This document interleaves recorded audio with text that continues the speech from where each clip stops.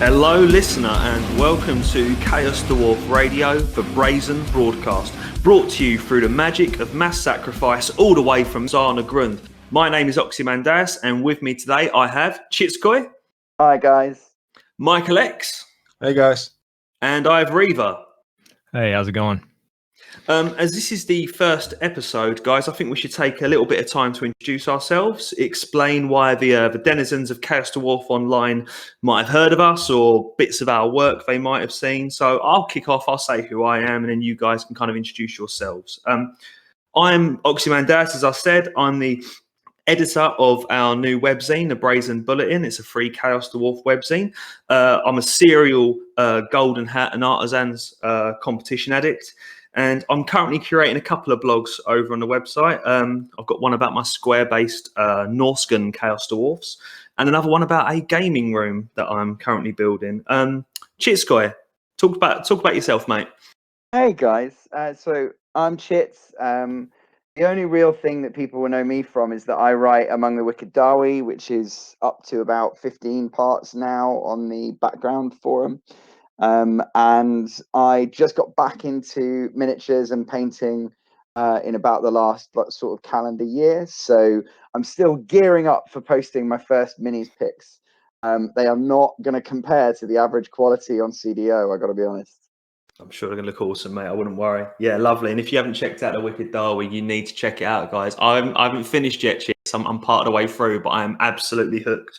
MichaelX, do you want to introduce yourself, mate? Hi guys. Well, I suppose most of you will know me from the blog I posted a while back about my mostly fully 3D printed Chaos Dwarf army. I started that about a year ago now, when I was forced to sit at home for a lengthy amount of time, it seems. And I'm gearing up to finishing it somewhere this summer. And I am also, getting hooked on writing stories for my general, mostly due to Chitz's story. So thanks for that. No worries, man. Now I'm, here talking to you guys. Lovely. And Reaver, tell us about yourself, mate. Yeah, absolutely. I've been on CDO for 3 or 4 years now. I caught just barely the tail end of the old forum. I'd started my blog, Plunder for the Ironclad Fleet there. And pretty early on, transferred that over to the new Discourse platform, which I've definitely been thoroughly enjoying using. It has a much more friendly user interface than the previous, so it's been a lot of fun communicating with everybody on there. So that's pretty much my primary blog. I've run a few other side posts on Battlefleet Gothic and other off-topic stuff, but trying to move forward with pirate-themed Chaos Dwarfs and a whole lot of kit bashes associated with that, but it's been a blast.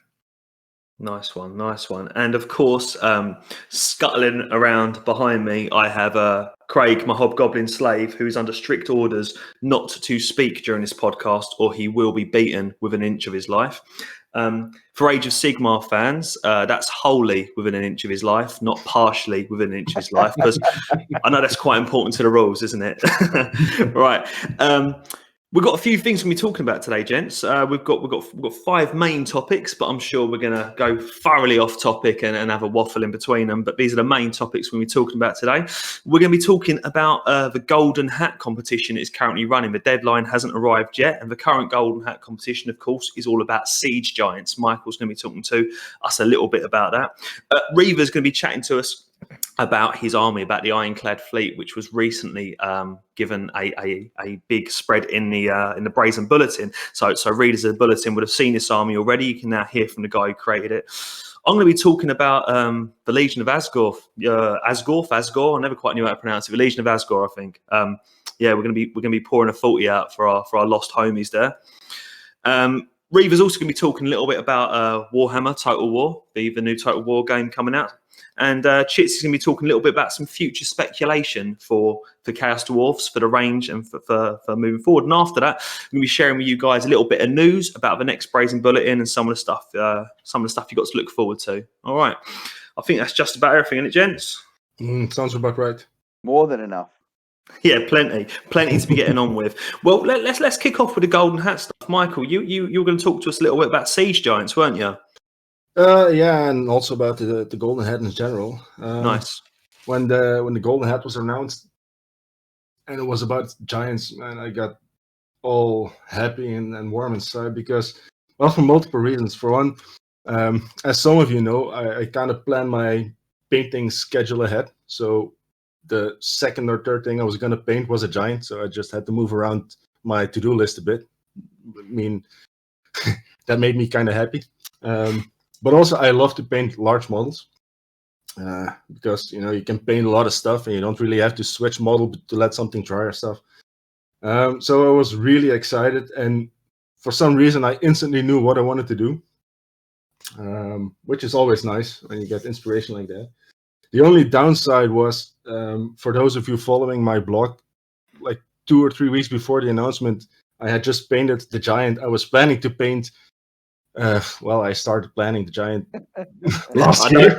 I noticed that, Michael. I did notice the giant came out just before. Yeah, I mean, they were so perfect because they're like basically enormous armored giants, armored dwarfs, I mean. So, you know, I was like, But still, I planned to do the Arc Giant, so I was fine with that. And, you know, most of you know that the golden hats aren't very strict in their, well, what you enter, as long as it's vaguely fits the description, you're good to go. But yeah, I was really happy because the 3D model I had was completely modular, so I could just mix and match what I want, print the shit, and let's go. But I didn't really go overboard because, as some of you know, I like entered very quickly, like 3 weeks before most of you even said they started. But now that you guys are saying, well, I kind of thinking to do this, or you know, I'm starting to think I went too simplistic, but well, we'll see.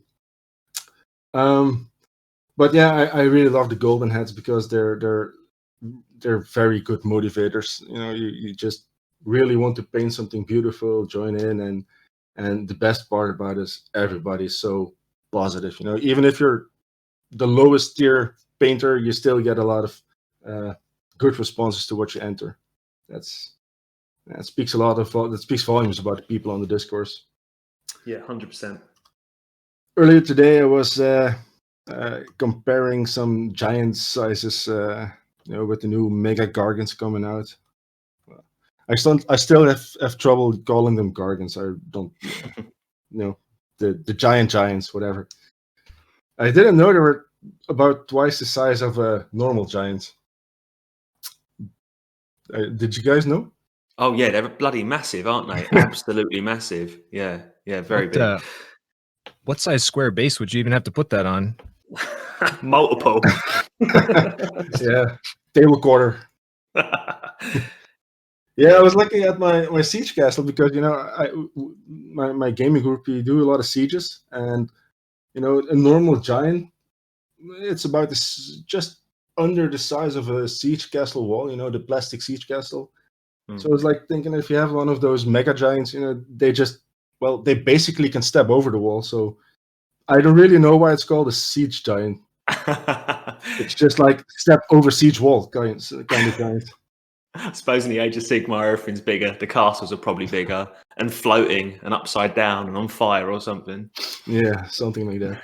Well, the beauty is there are, as far as I understand, because I only looked into it earlier today, there are 3 types of Mega Gargants, I suppose, and one of them is the what's it called?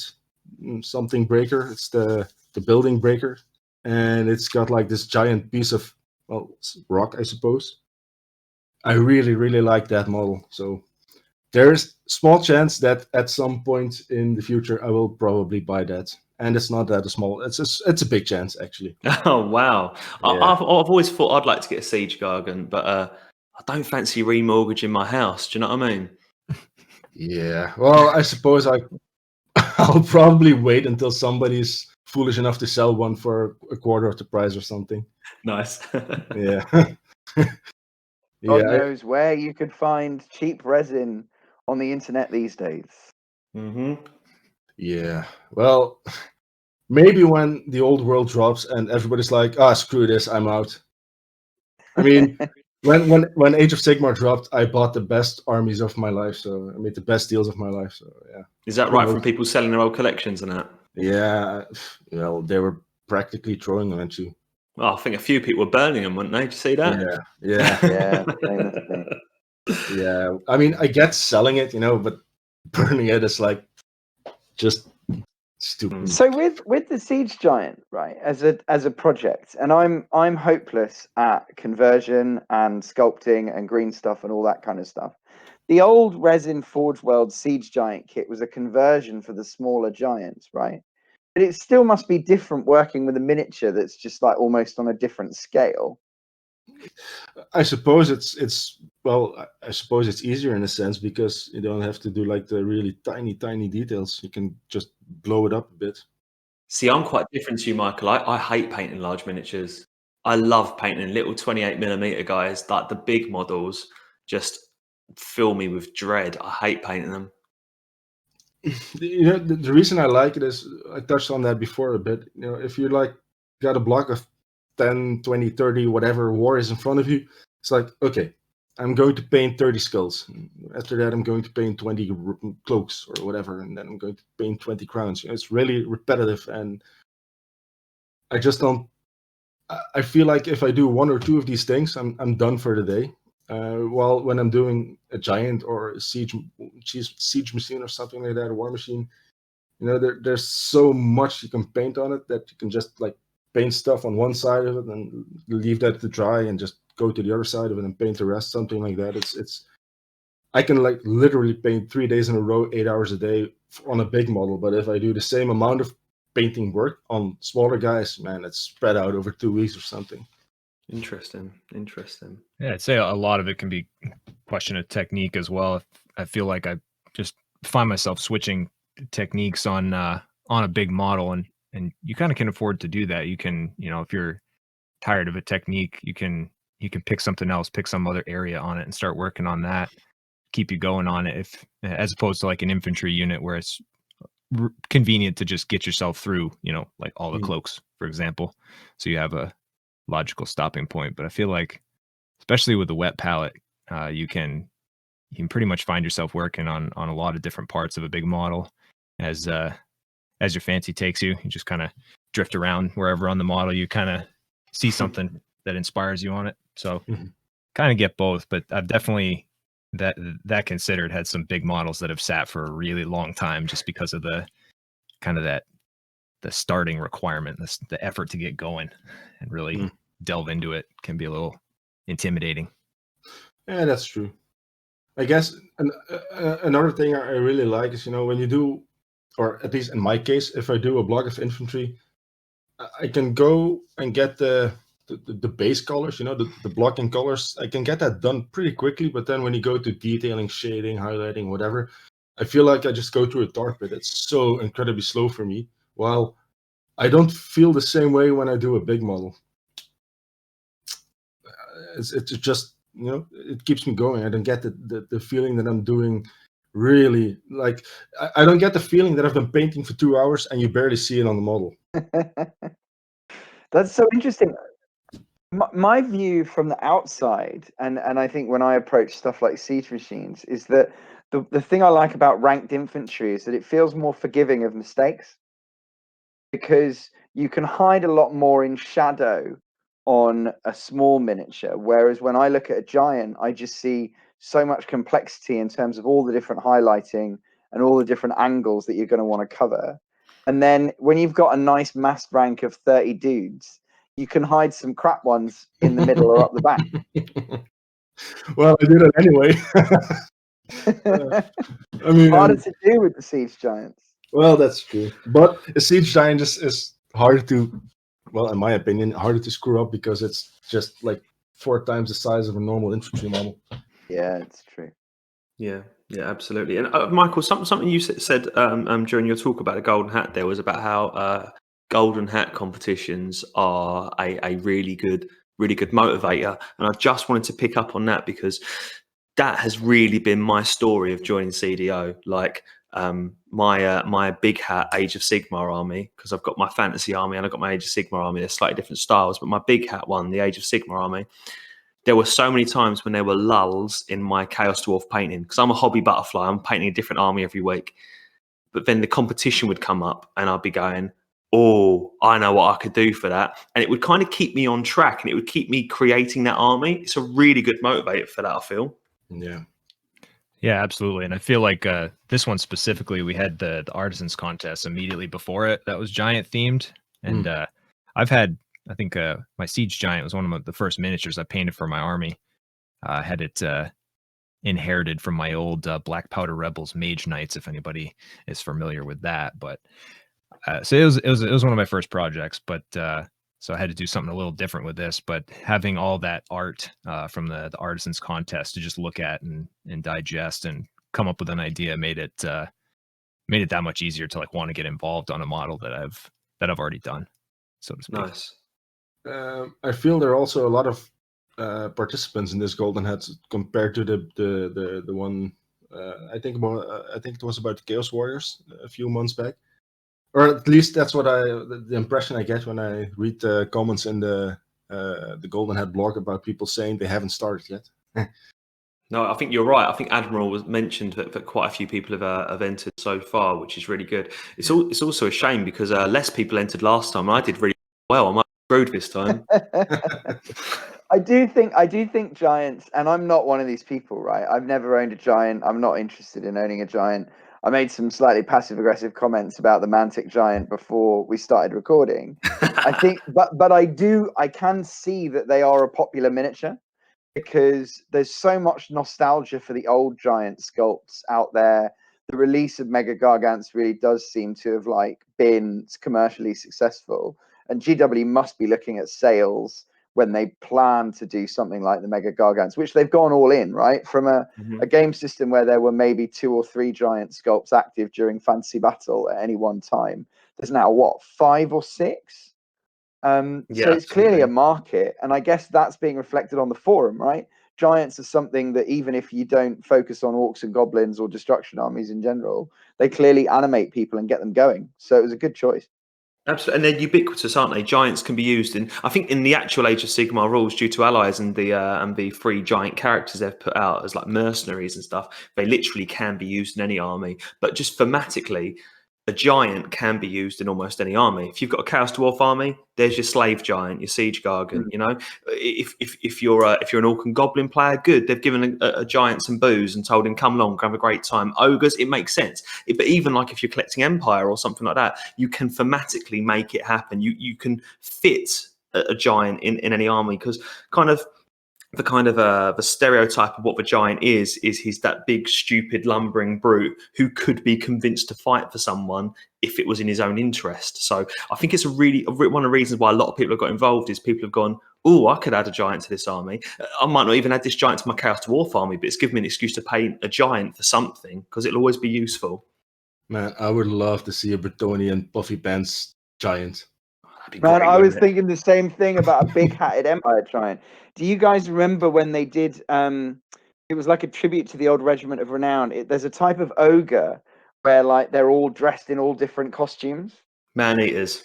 Yeah, man-eaters. It's like that. You could do that, but with gargants. That's such a good idea. Oh, I would love to see that. The big feather in his hat, the pantaloons, the codpiece, the size of that codpiece. Christ. Man, try to find a feather big enough for his head. You'd have to get a real feather. You'd have to pluck it off a bird. Yeah, I feel like there's some precedence there. 2 or 3 years ago with 40K, the Imperial Knights kind of took things in a similar direction where you could thematically fit them in. So I imagine there's probably some folks at Games Workshop leaning towards that kind of, they can put this giant model in Age of Sigmar and make it a fairly universal piece that people love to have a centerpiece, don't they? People love to have something that really sits at the middle of it. It's the same way that we all feel about when you look at the size. I'm going a bit off topic here, but you look at the size of the 3D printed Great Tauruses and the secondary market Great Tauruses. They're fucking massive. And they're massive because the original Great Taurus is such a good idea for a centerpiece model, but then it's really small. True. Well, I suppose if you 3D printers, it's easy enough to scale it down, but yeah, they are massive. Especially if you're like me and you're like totally forget to check scale each time you print something. It's like, yeah, this is bigger than my giant. That's not gonna work. Yeah, it'd be like that 10mm guy you printed out the other day, Michael. Man, he's cool. I love him. But yeah, you are right about the old Taurus, because the old Taurus was limited by the technology of the time. You know, it used to be that lead models were the very expensive to produce in those days, and things could only be so big, really, couldn't they? Whereas nowadays, you know, the technology allows. I mean, as you said, 3D printing, go as big as you like. Yeah, but even injection molding plastics. I mean, have you seen some of those? Well, they're resin, but still same principle. The Reaver, you just said it. The giant. The Imperial Knights. Yeah, like the big one that Forge Wars sold for like 4K or something in that price range. I mean, that thing is bigger than my daughter. Yeah, the Warlord Titan. Yeah, exactly. When is a miniature not a miniature? Well, but I mean, and the high watermark for metal minis was the Thunderhawk gunship for 400 quid, right? Yeah. Which is famously now like £8,000 on eBay or something. And that was all metal, and it is an absolute brick. And since they moved away from metal, they can get bigger and bigger, and the minis still balance. Because your classic Taurus is getting a bit on the large side for something made out of metal to hang together on one super glue bond in the wings, you know? Mm-hmm. And it is the wings, isn't it? I stuck together a always. metal bloodthirster the other day. Well, I say the other day, it's actually a few months ago. A friend of mine gifted me this old metal bloodthirster, a model I'd seen as a kid in the 3rd edition 40k rulebook and fell in love with, couldn't afford it at the time. And it came up and he said, "Do you want this?" I said, "Absolutely." Oh my days, sticking those wings together. I've always said the nostalgia for metal minis, the only way to cure nostalgia for metal miniatures is to stick some together. But I mean that there's more to it than just sticking them together, because you know the metal parts, they weren't perfect, so you had to do a lot of prep work and pinning and stuff like that. With the newer, well, resin is still touch and go, but with printed models or plastics, I mean, you know, they just fit together so incredibly well. And well, they're lighter anyway, but the fit is just so much better that gluing them together will create a pretty strong bond. Even the resin models I've printed, if I want to remove an arm or stuff like that, the arm breaks before the glue loosens, so it's insane. Mm-hmm. Do we think we're about ready to move on to another topic, gents? I think we already have by accident, haven't we? Yeah, I think that's fine. Let's go with the flow with this. Let's go with it. But I think it'd be a good time maybe for us to focus in on something else, because recently in our Brazen Bulletin magazine, we featured Reaver, who's with us today. We featured Reaver's army, the Ironclad fleet. We had lots of lovely pictures of that, lovingly copied and pasted off of his blog. And I was hoping, Reaver, you'd be all right to talk to us a little bit about this army, about your inspiration, and just about the work you're doing, mate. Oh, absolutely. I mean, that's probably one of my favorite things to talk about. You know, who doesn't like talking about their own miniatures? So, absolutely. Yeah, obviously appreciate all the work you did pulling together that bulletin, and yeah, it's always cool just seeing your stuff laid out like that. But anyway, yeah, I kind of lurked CDO for better part of at least a year, maybe, the old forum, and just seeing all that the curated content and just how everything was just available for you to just pour through, you know, fan artwork, lore story, and just everything is just there for you to kind of just digest and get inspired by. So kind of brought a buddy along in tow. I'm still trying to bring him into the fold of CDO. He is on our Discord server, actually. Pops in from time to time, but yeah, we kind of took the plunge, and since then I've just been, you know, trying to participate in contests and, you know, keep stuff rolling on the forum, which has been awesome. But yeah, really started with just kind of amassing bits. We did place one Forge World order to start the whole thing off. I figured we'd kick it off right and get get the discounted shipping to the United States if we bought enough of their resin. So that was always good. I had kind of the fortune of one of my buddies collecting a lot of miscellaneous stuff. So I had Dark Eldar bits, Adeptus Mechanicus bits, Skaven, just giant collection of Skaven that I could kind of pour through. He had me selling that for him, so I really benefited from my commission fee was often just I'd like those Guittari bits there, or like that unit of clan rats you're probably not going to be able to sell because nobody wants them. So that was always pretty beneficial to give me a leg up. But so I really kind of kicked off with Unit of Caradron, which is a little unconventional for fantasy player. I mostly play 8th edition using fan rules for the most part. So a little mixture of old and of the Legion of Azgorh.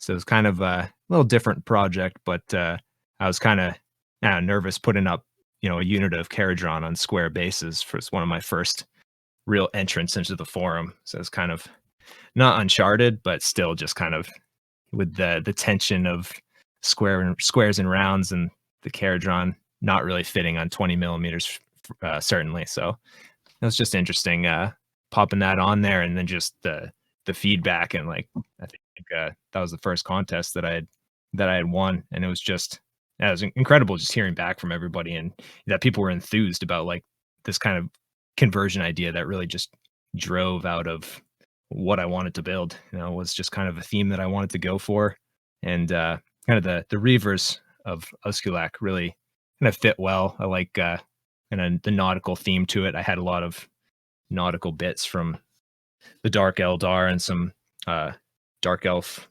Corsairs, I believe.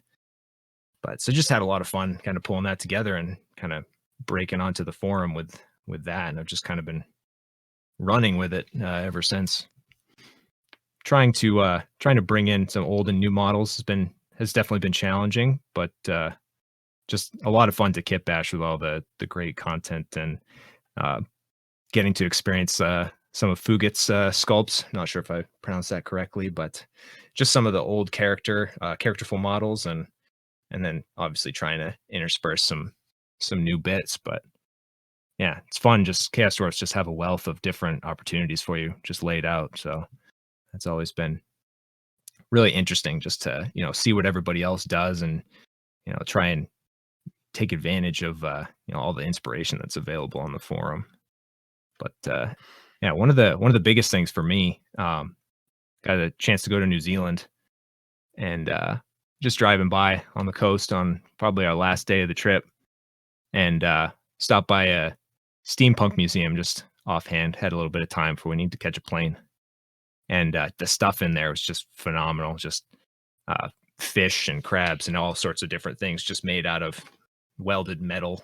There were some awesome trains that just really screamed Chaos Dwarfs to me. It was one of those, couldn't wait to get home and just really delve into some conversions with the Forge World models, and especially the Iron Demon. Just seeing that kind of inspiration in real life, it's just is awesome to kind of bring that home and try and create miniatures out of it, or even just sketching and art. So that was awesome. But yeah, one thing I wanted to ask you folks kind of in parallel with that, if there's any, I guess we'll start with you, Oxy, if there's anything specific like in the real world that you've kind of just gone to and just directly influenced some kind of inspiration for the hobby. For me, it's often been not so much real world, but an awful lot from media and stuff I consume. That's where I get an awful lot of my model inspiration.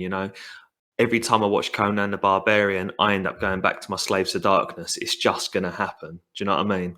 Oh yeah, absolutely. Yeah, but in terms of like real life stuff, not so much, mate. Maybe I just don't live as much of an exciting life as you do, Reaver. I doubt it. Anybody can prepare one example.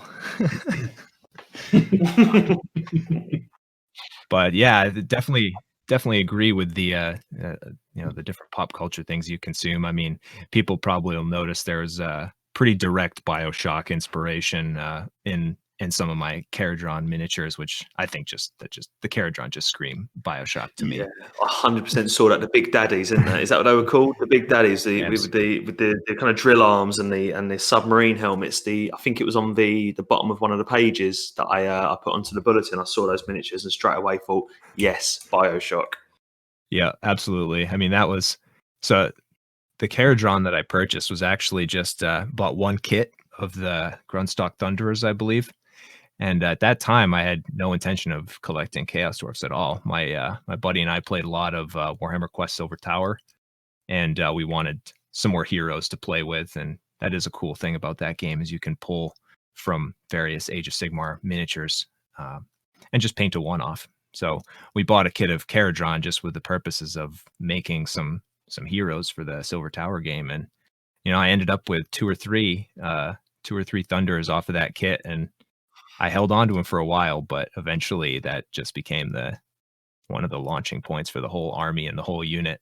Picked up, just a bunch of pictures of BioShock and just started trying to make a Big Daddy out of it because I just couldn't resist. There has to be a lot of green stuff on those Big Daddies.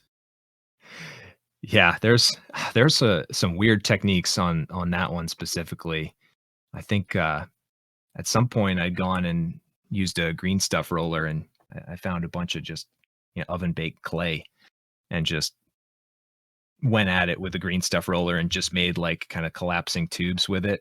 And I still have some of that today, but made like they have like almost the diaphragm style, almost looks like an accordion, like air pump on their back. So there's some funny bits kicking around on some of those. But yeah, my trash box is one of my favorite possessions. It's always fun to just dig through and find stuff that you want to repurpose. True. I was looking at the picture of your Iron Demon you posted earlier today on the Discord, because I only saw the painted one, which was terrific. Also funny that I found it through Google, so that was nice. But at first when I saw it, I was like, what model is that? I don't know it. I mean, I recognized the guns of the Iron Demon, but for some reason I figured it was an original model just because how good it looked. So good job. Oh, I appreciate that. It's one of the servo haulers from one of the 40K terrain kits. Kill team, right? Yeah, I think that's where it started as a kill team terrain kit. I believe I painted the original model for our kill team sessions. It's terrific. Nice. I've seen it used in Necromunda. It's a gorgeous model, absolutely gorgeous. Oh yeah, you did a great job with it, Reaver. I mean, you took something science fiction and I suppose something science fiction with a slight steampunk influence, but you turned the steampunk up to 100 there. Do you know what I mean? It worked beautifully. Oh, thanks. I appreciate that. One of the most stressful parts of that whole build, as soon as I got into it, I knew I wanted to create some kind of like hat for the miniature, just to kind of bring it into it. It ended up kind of being two hats actually, but I had some spare Forge World bits from the regular, the classic Iron Demon, and but didn't really need to use the main engine of it, so I decided to turn it right up and make it into a big hat. And then of course that kind of led to having a dwarf coming out of it, almost like a conning tower on a submarine. Yes, so that was kind of the inspiration behind it. But the stressful part was I took a power drill to ream out like a 1/2-inch hole down that barrel so I could stuff that fat dwarf down in the tower. So that was stressful. So stressful. Yeah, was taking one slip. Yeah, taking it to like a $80 Forge World miniature. Just Oh, you give me palpitations just thinking about that.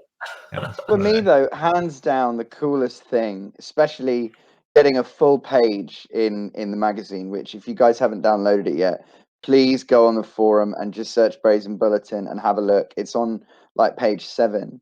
Is the way that you've just got the coolest looking flame-headed dwarf surfing on the Endless Spell Bull Charge mini. That was a fun one. It's awesome. The dwarf on top of it has got so much attitude. You've taken the flames to the next level. The lava that he's stepping on that balances the whole thing. He looks like he's surfing on top of this giant flaming bull. It's incredible. Have you noticed he uses blue in the fire as well? Yeah, Just to get that kind of like, it's like a chemical fire. I thought that was beautiful. Yeah, true. I shouldn't compliment that miniature too much because I think, Reaver, that was the first golden hat I ever entered, and I think you came one place above me. So I should say no, it's rubbish. It was a fix. And I should have won. Oh yeah, I stacked that one a bit because I had got the Kadai Fireborn as well. I think that was all entered because it was pretty much like a enter as much as you want contest. Yeah, it's a very open one. Kind of what Michael was saying earlier is that, you know, if it's left open-ended like that, you can kind of you can run wild with it, which is a lot of fun. That was definitely one of the most open kind of entry criteria, so that was a whole lot of fun. Was that the your vision for what dwarfs could look like in the Age of Sigmar? Was it that one? Yeah, it was that one. Very open, wasn't it? Yeah, absolutely. So that's why I took Fire Slayer as a base model. Although I changed I can't remember what the actual model's name was, but I took his staff, which had fire coming out of it, and just slapped that on his head instead of his staff. Perfect. Make it a hat. Perfect. Can make lots of things. The thing is, Reaver, your army, mate, your army to me is exactly what Chaos Dwarfs is about. I mean, you were talking about joining the forum and there being maybe a bit of anxiety and stuff before about like, I'm going to post here, I'm on squares, are the circle kids going to like me and all that kind of stuff. But at Chaos Dwarfs Online, we're just so past that. I mean, we've had such little official support over like the 30 years that we've been a faction. We've had such little official support that something tiny like blowing up a planet is absolutely nothing to us. Do you know what I mean? We could not care less. And our forum is just it's not about what systems you play. No. It's not about we do have sections for discussing army lists and stuff, but the real heart of what we're about is creativity, aren't we? Do you know what I mean? Because we've always been the army that's had to cobble things together to try to make the army. So it's forced us, I think, as a community to be a very, very creative community, far more creative, I think, than many other miniature communities out there, because we can't just walk into the shops and go, oh yeah, I'll have a box of 10 Chaos Dwarfs, please. You know, it's never been that easy for us. I mean, it might have been at some point, but it hasn't been that easy for us for a very long time. So it's forced creativity in us, you know, and long may that continue. Unless, of course, they get an official re-release, in which case I'm quitting because I'm a hipster and I don't want to be like that. More of that later. Absolutely, more of that later. I have to agree with you. I think it's the product of that marginalization removes the whole group of the GW community that chases the meta, and it removes the bickering about whose miniature line is what. And yet the meme of these evil dwarfs who are probably from Mesopotamia is so enduring that there are so many different secondary market providers, so many different miniatures ranges that we can draw influences from and bits from and everything, that I think you can take it in whatever direction you want, but you've got a really good base. And I think that's what makes it such a cool little corner of the internet. No, 100%. And I think, you know, you're talking about how there are so many third-party providers creating dwarf miniatures. You look up these guys doing it, well over 50% of them are either active Chaos Dwarf Online users or previously active Chaos Online.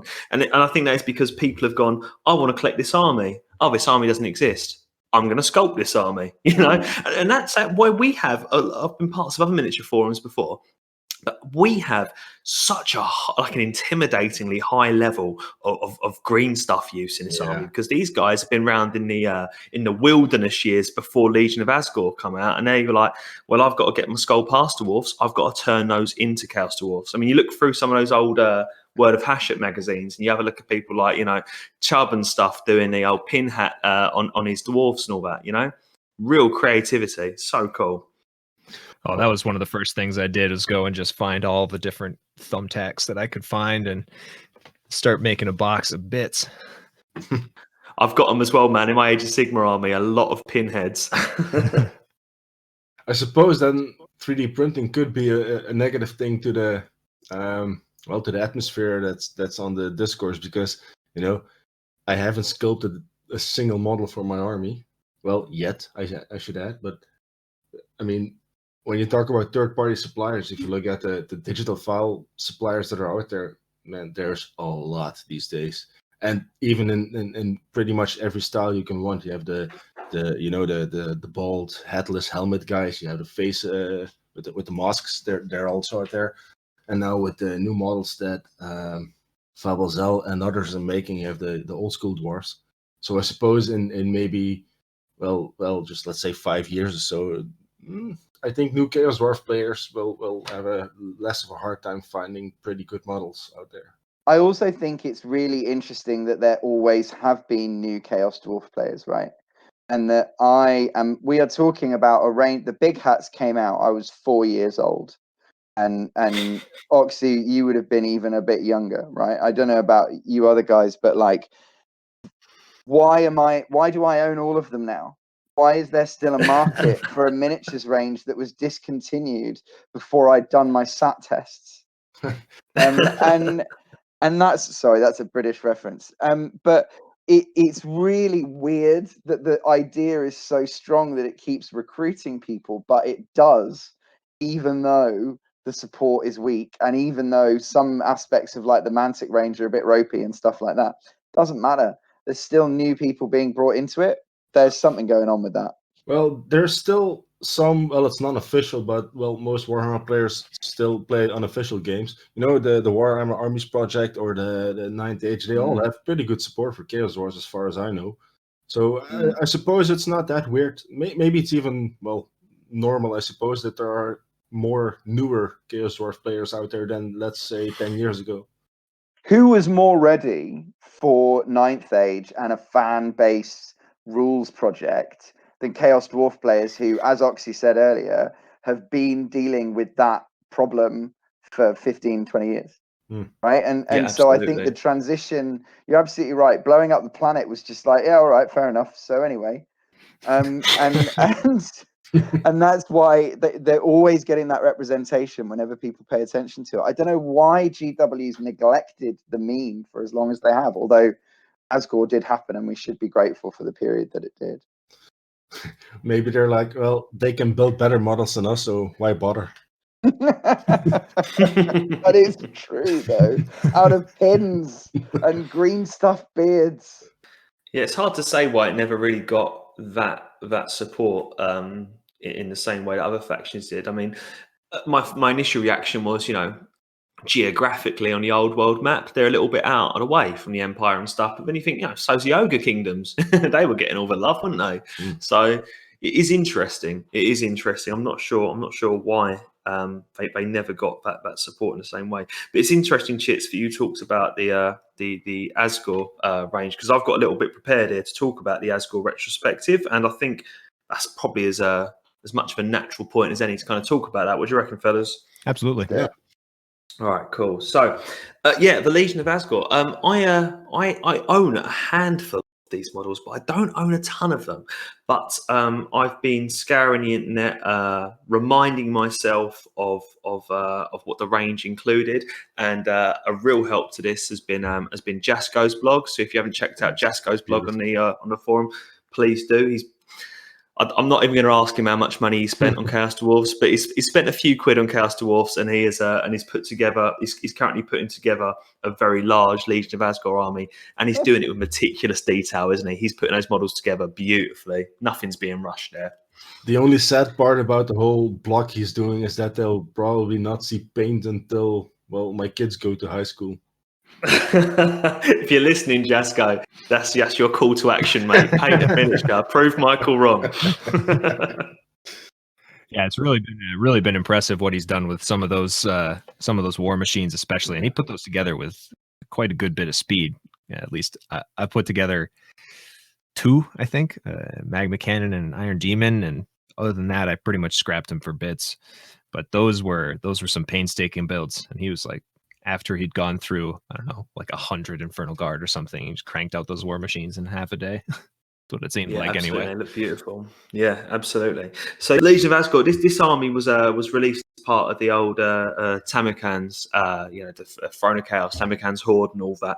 It was a Forge World release, and I believe it was around the 2011, 2012 mark, about 10 years ago-ish, give or take. So that would have put it in, would that have been 7th or 8th Warhammer Fantasy Edition? Would that have been 8th by then? Yeah. Or end of 7th? I believe 8.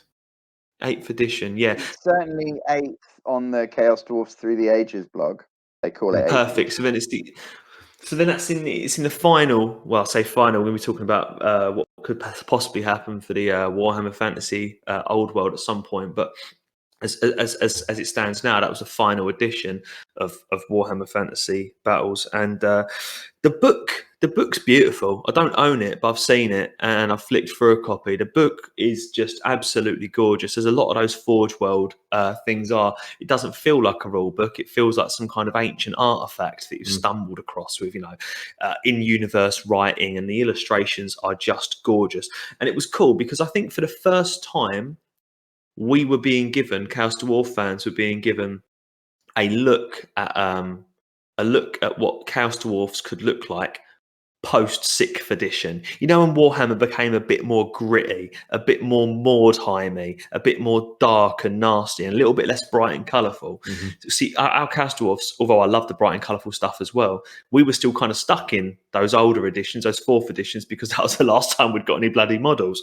So it was quite cool to see them almost not completely reimagined, but certainly reinterpreted through that sort of slightly more sinister lens. And I think that the whole book and the artwork within it really leans into that feeling of them being nasty, of them being kind of like cold, almost like mechanical beings that's just kind of they're gonna slowly grind away at their enemy. They're gonna steamroll them just through sheer force and all that kind of stuff. It's really cool. And the book gave almost a full army list. It gave a really good army list that involved hobgoblins and wolf riders and different lords and heroes and bits and bobs. But unfortunately, the range never actually reflected the entirety of the book. This is before Games Workshop really got into there. If you've got a model, it's got rules. If there are no rules for it, there's no model for it and that sort of thing. They've become a lot more strict in recent years. But there used to be that sometimes you'd find entries in your army books that there was no model for. And this was like one of the last books really kind of from that era. And, well, it's interesting because the Legion of Azgorh itself isn't actually Chaos Dwarfs, and I've seen people discuss this for an awful lot. They are Chaos Dwarfs, but they are not the Chaos Dwarfs, the big umbrella term for all of the Chaos Dwarfs. It's a bit more of a zoom in on a group of Chaos Dwarfs, on a faction of Chaos Dwarfs is a better way to describe them, really. And what the Legion of Azgorh is in the lore, they're a garrison of these Chaos Dwarfs. They're living in the south part of the Darklands, and among their forces involve the ones that have now become iconic from this range of the Infernal Guard. And these chaps are supposed to be kind of like disgraced Chaos Dwarfs that have had some shame put upon them, and now they're kind of having to work in this legion. It brings up kind of connotations of what they call the Night Watch or something in Game of Thrones. The guys that go and fight down at the wall because they've had some kind of shame in their past. Did I get that right? They called the Watch, the Night Watch, something like that. Mm-hmm. Night Watch. Yeah, it's been a little while since I watched Game of Thrones. I'm still trying to forget the last season. And so they've got that sort of vibe where it's them being there as kind of a form of punishment. And Chaos Dwarfs being the lovely chaps that they are, that punishment could be as much as your boss screwed up, so now you're screwed. It's not necessarily a personal thing, but to the Chaos Dwarfs, that'll be a personal point of shame, and that they would need to redeem themselves through valor or through death, sort of thing. And they have these face masks which are kind of welded onto their face and covers them up, and they're this very kind of elite sort of fighting group. Now, when we look at the Chaos Dwarfs, I think I sent you fellas some pictures a little while ago. When we look at the Chaos Dwarfs of this range, when somebody says to me Legion of Azgorh, I really think about Infernal Guard. That's kind of in my head what that faction looked like. And you can see him there, the little bloke with the big face mask and the massive fire glaive. And it's an interesting model. It's a very interesting take on Chaos Dwarfs. And I have to say, when they're ranked up together, they do look very, very impressive. What I suppose is lacking from the rank and file, in my opinion, is your standard Chaos Dwarf, Even if the big hats were toned down a little bit, where is your kind of, Mesopotamian looking warrior sort of model? And they're an interesting model as well in terms of proportions. They've got big arms, haven't they? Am I the only one who kind of feels they're kind of hunched? They've got these big arms, and their heads are very set in their bodies, sort of thing. Well, I don't know, because their armor also extends, like the old Chaos Warriors, and maybe the peaky Space Marines. They all had the same kind of high shoulder pads, or whatever they're called. I don't know what's called in English. So the helmet naturally sits a bit lower, but yeah, they do look kind of like somebody's pushing down on their head. Yeah, they're an interesting model, aren't they? In that way, and I see what you mean. Like when you're talking about not the current, I think they're getting slowly replaced, aren't they, by new Chaos Warriors? But ones that I'm thinking of as the Chaos Warriors that are current, the ones that came before them were the kind of the hunchback Chaos Warriors in plastic. They do actually, you say that, they have that kind of vibe, don't they? Yeah, I see that. They've also got it from the lore direction, right? Because the old Chaos Warrior concept is that you're a really shit hot marauder, and then you ascend to be a Chaos Warrior. They seal you into the armor, and now you're like a hybrid between yourself and this possessed armor that like keeps you going, and you get to be bigger than a normal person. The Infernal Guard, there's nothing specifically demonic about their relationship to the armor, but they're sealed inside of it. They right? are, yeah. And it's the helmet is burned onto their face. And from that perspective, I think they've definitely taken the Chaos Warrior concept and then dropped that on dwarves, right? And said, these are going to be heavily armored. There's not going to be very many of them. They're going to protect the artillery. So turn them into big armored tin cans. Nice. And I get that. And that is a very, very cool concept. I think for me, the thing that might have stopped me in the past on hitting order with these things was I like seeing the characters' faces. I've always struggled to paint Space Marines for this same reason. And there is an Infernal Guard, the champion, who hasn't got a helmet. The guy who's got the little kind of stubby horns and the big beard. What a beautiful model! What a beautiful sculpt, and so much personality. He looks like a dwarf, but grizzled and nasty and furious. I don't know if you guys have seen Grastrak's painting of that exact model. He's got his Grimdark Chaos Dwarf blog, and I think he did a painting tutorial, didn't he, for the bulletin? He painted that model, and he did these pinks and stuff around the eyes, made the eyes look all sullen, and beautiful work. So yeah, I think that model, to me, I love. And I kind of look at that model and look at the rest of the range, and I say, I wish you had a bit more of that. I wish I love these guys with the tin can helmets. I wish they were one unit, like an elite unit, and I had some more regular ones where I could see their faces and stuff as maybe a separate unit. I don't know if that's just me. Especially if you look at the picture you sent with the whole unit, where the one guy is in front, the commander. If you like look a bit cross-eyed, it just looks like a big grayish reddish mass with one model in it. So it just, I really love the models, the one with the helmet, but in a unit it looks a bit lacking, actually, to me. I've worked with them quite extensively recently, right, in terms of putting together some Fireglaves, and they come together in one of two shapes, basically. It's relatively difficult to pose the arms, even though they're multi-kit arms. It's relatively difficult to pose them in a particularly distinctive way. So by and large, your Infernal Guard will end up looking pretty similar to one another, and as you're saying, turn into this kind of anonymous mass, with nowhere near as much character as you find on the Demon Smiths, right? Who have got, they are absolutely oozing with the same character that you see on the Castellan. Yeah, the Demon Smiths, Chits, I agree with you. Those, for me, are so beautiful because they are that 1990s big hat looked at through the lens of a modern sculptor and through the modern idea of what the old world's like. And they still have that kind of vaguely Mesopotamian feel, but they also have that kind of like industrial, gritty, nasty Chaos Dwarf feel. And as you said before, they are just oozing with personality, aren't they?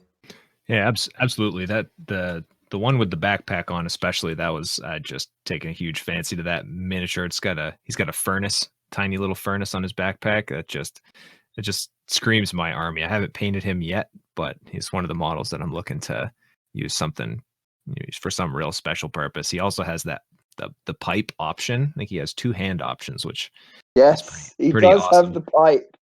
And I've used the pipe hand for a completely different miniature, but Same. and it was just such a fantastic little bit, and I ended up making a whole Chaos Dwarf character just based around that one hand that I wanted a very specific like model for. It was such a pain, but totally rewarding kit bash. I ended up actually switching that to his left hand, so I had to switch his thumb to the other side and redo the direction of the pipe and cut that pipe out of the hand just because I had a right hand for him already, and I found, so I wanted to switch that over into his left hand to fit the pose better.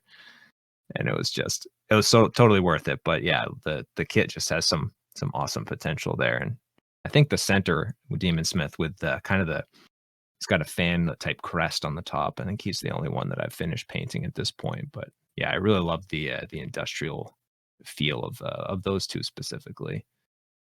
Just while we're on the Demon Smiths, there were actually 2 limited edition Demon Smiths that were also released for the range in different places, which brings you up to a total of 5. And each one of them has got just as much personality as the others. I think it's such a shame that the limited edition ones didn't get a wider release. Some of them can be had for pretty cheap on the internet, but there's 5 of them, and they're each complete individuals. I suppose if you look at the models, as Oxy said, they are unique, and they seem like they're made for the newer editions to fit in newer kind of armies. But looking at those, they're also painted in a newish modern style. I suppose if you would paint them in the brighter old school colors, they would still work pretty well in an older army, I suppose. They do match up quite well. I ended up painting one of them. I think I've posted a picture of the forge of the Warhammer World only Demon Smith. I personally, that is my favourite of the Demon Smiths they did, and I managed to get hold of that model, and I painted him up for my Big Hat army, which are all either old 90s Chaos Dwarfs or some Zonk Dwarfs that are very closely kind of inspired by that, and he does fit. He looks like part of that team. So yeah, I agree. I painted him in a kind of like cartoony, bright style, and it worked. One of the things I noticed about this era of Chaos Dwarfs, moustaches seem to slowly go out of fashion, didn't they? And tusks changed significantly. They changed from these big, rounded, goofy things that stick out immediately to these sharper, scarier-looking kind of orc tusk points that are usually matched with some horns of some description. I think what they've done, right, and I do have this criticism, someday we'll do a retrospective of the big hats. But the thing is, the big hats are a bit goofy, right? They are a bit like slapstick in some ways. And what they have done with the Forge World Chaos Dwarfs is they've said, no, these people are scary. And I have a lot of love for Azgorh, because I think they understood the spirit of the classic range and did it justice whilst taking it forward. I have to say, I do think that if you do read the stuff that I've written in Among the Wicked Dawi, it wouldn't be the way that it is without the Azgorh range. I was just going to say the same, Chits. I mean, if you imagine a brightly colored, slightly happy-looking Chaos Dwarf doing the stuff your dwarves do, it would be ridiculous.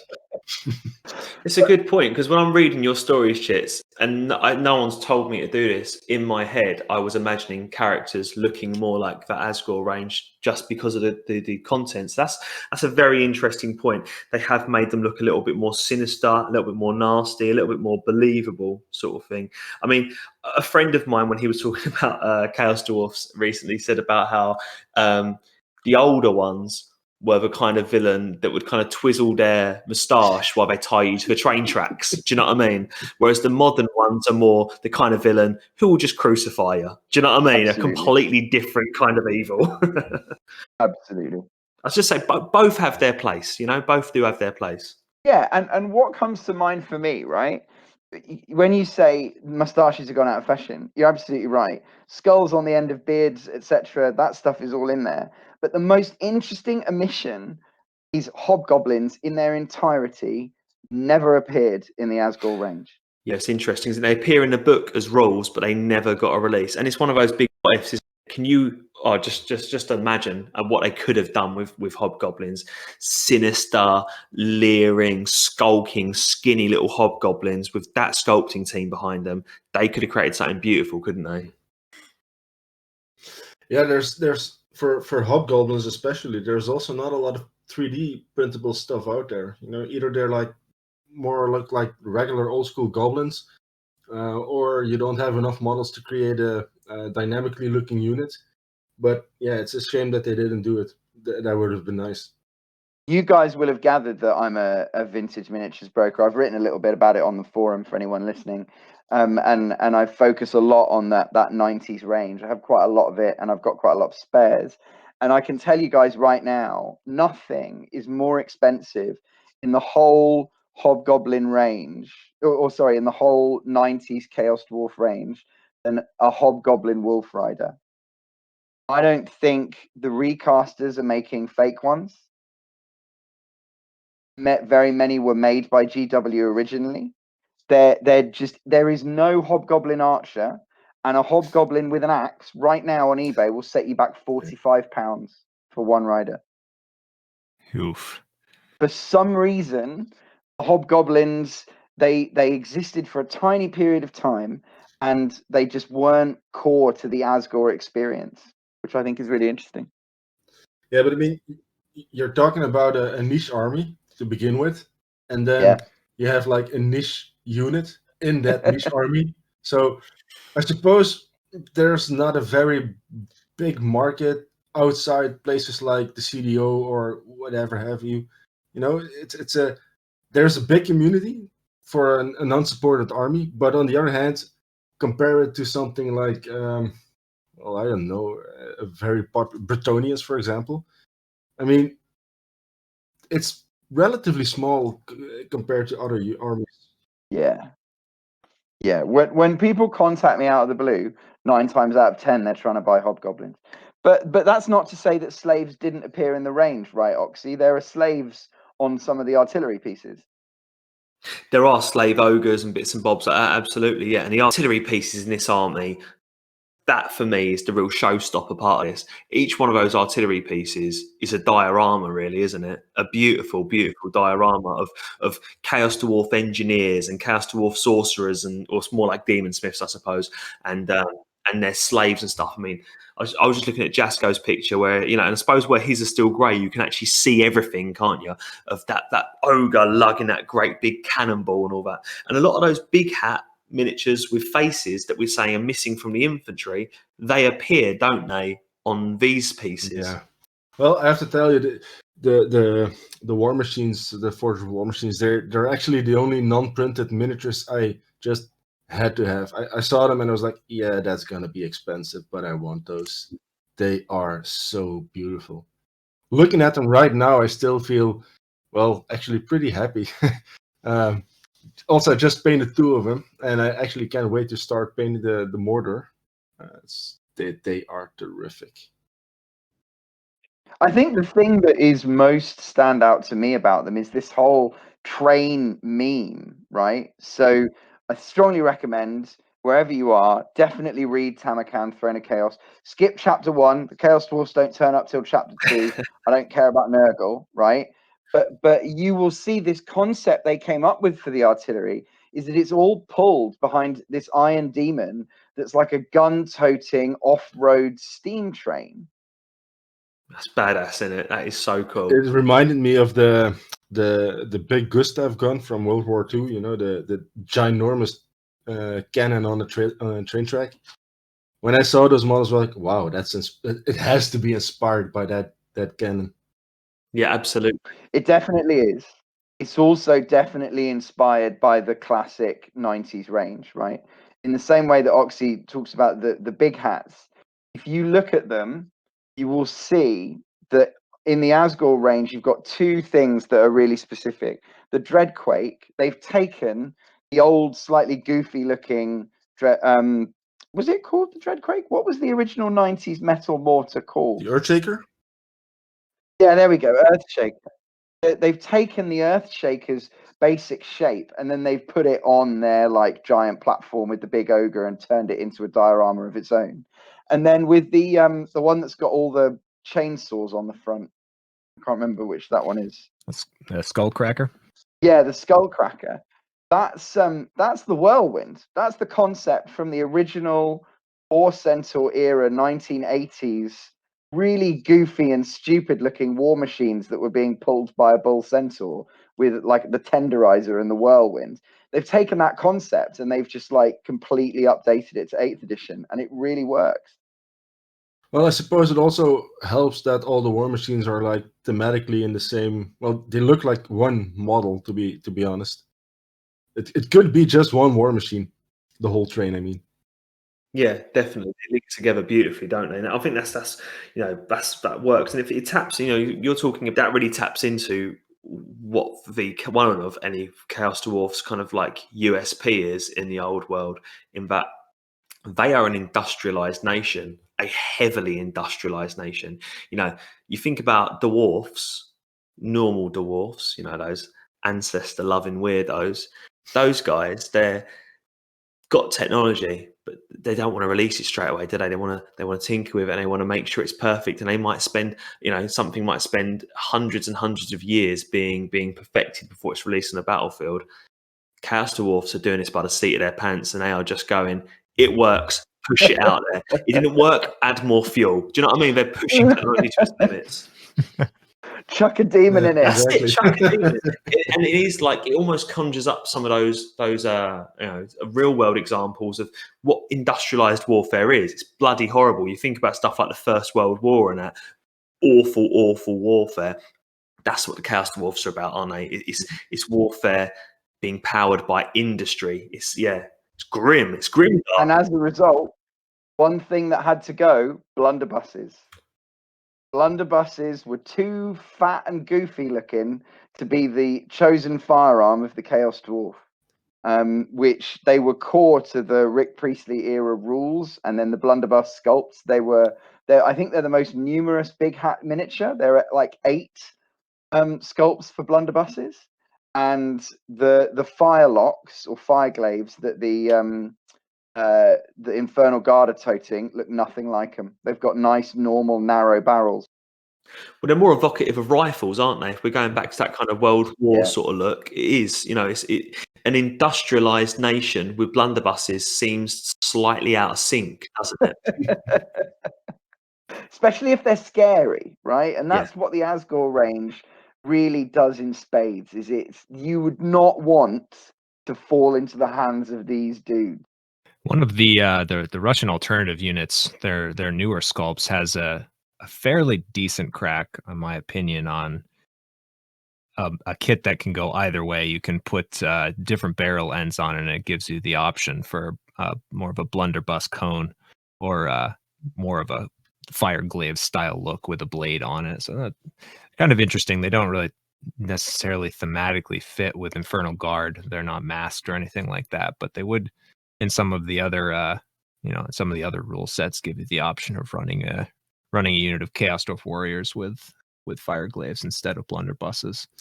But I don't particularly mind their blunderbuss sculpts. They've done a decent crack at them, I believe, but they also are really going for more of the big hat style.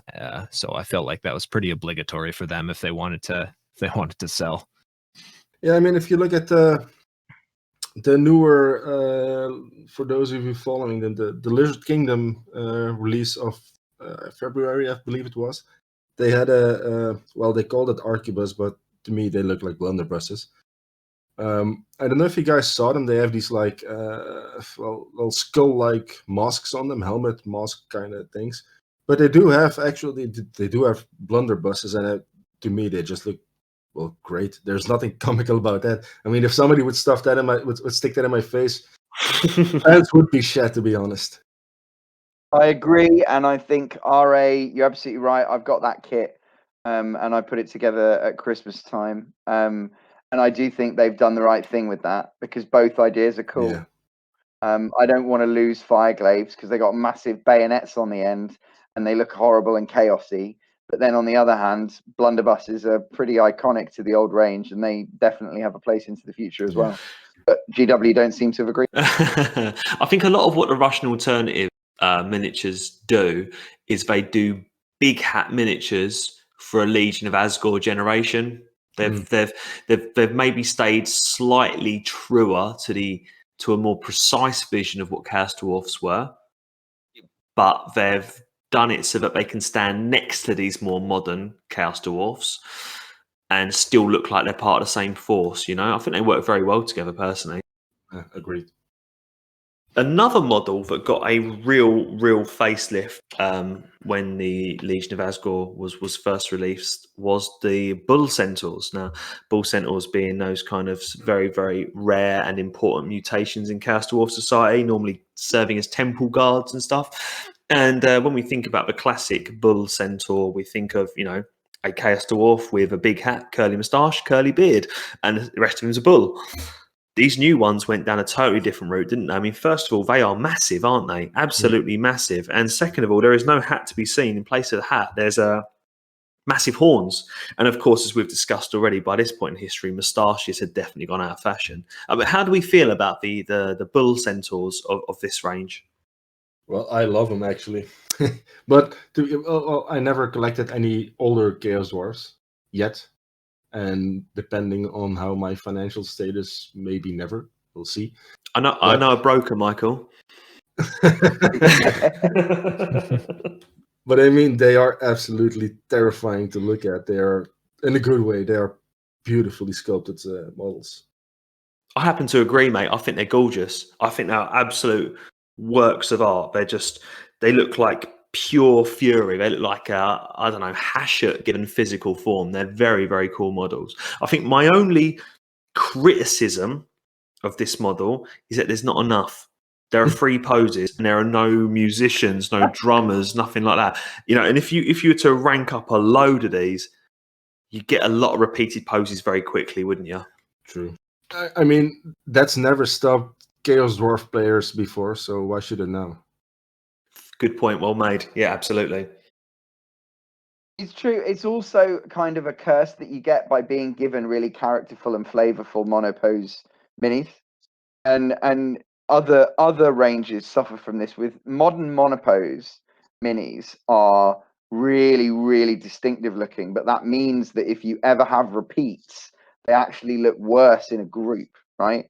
The Bull Centaur renders all look like they are heavy, muscular things that are moving at great speed and are going to do a lot of damage when they collide. And I think that is a fantastic reinterpretation. Yeah, they are brilliant, aren't they? One of the best things I like about them is that even the dwarf part looks like bull parts to me. You know, I got a picture of one of them in front of me. I can share it with you guys if you want, but that top part is just like, it's more like ogre than dwarf. It's just, it looks like a blob of muscles instead of an actual model. Yes, true. The earlier ones were much more of a literal interpretation of half Chaos Dwarf, half Bull. They were literally that, weren't they? Half a Chaos Dwarf and half a Bull. Maybe they're a little bit chunkier, a little bit bigger than the regular Chaos Dwarfs, but these ones are entirely new beasts altogether. But I do get what you say about the ranking up. But when you have the repeated poses, it actually looks worse than having one single kind of boring pose, because it starts looking a bit like they're doing a synchronized dance or something, doesn't it? But as Michael says, it's never stopped Chaos Dwarf players before. We're not afraid of a bit of green stuff, are we, fellas? Do you know what I mean? We can do things with these models, and they are beautiful models. In fact, they've now set the precedent, really, for what a Bull Centaur looks like. If you look at what a lot of these 3D print miniature companies are making now, and Russian Alternative are doing similar things. I think Russian Alternative have hat options and bull head options, but generally speaking, the third parties now have kind of accepted that this is what a Bull Centaur is, and they've kind of ran with that. It's just a shame my army doesn't look like it. They've all got big hats.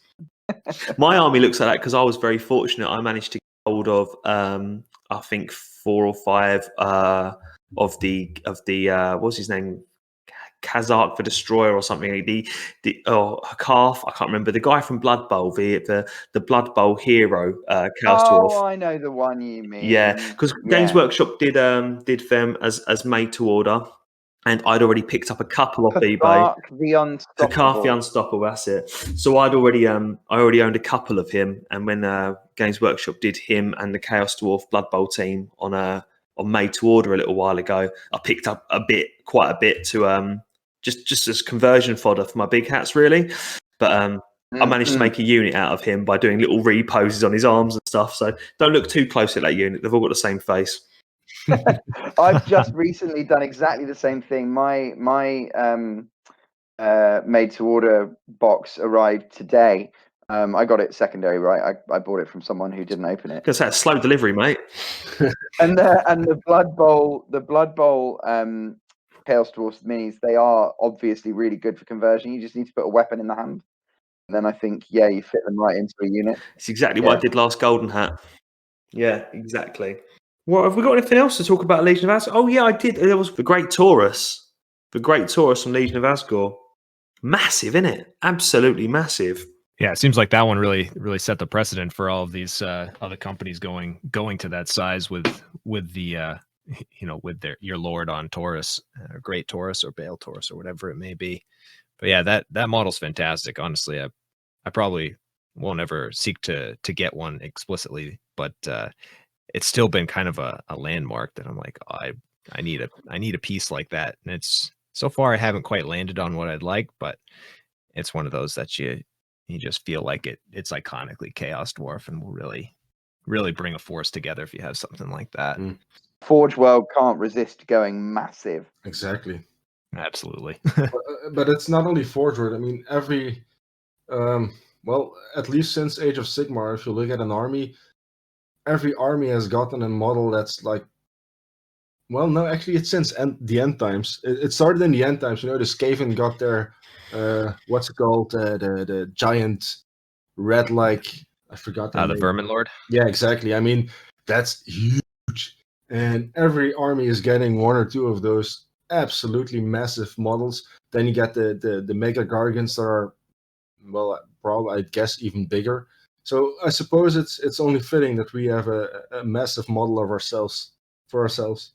You might be able to argue that this isn't even big enough. No, true. We're still lacking the super monstrous creature. We just have a regular monstrous creature.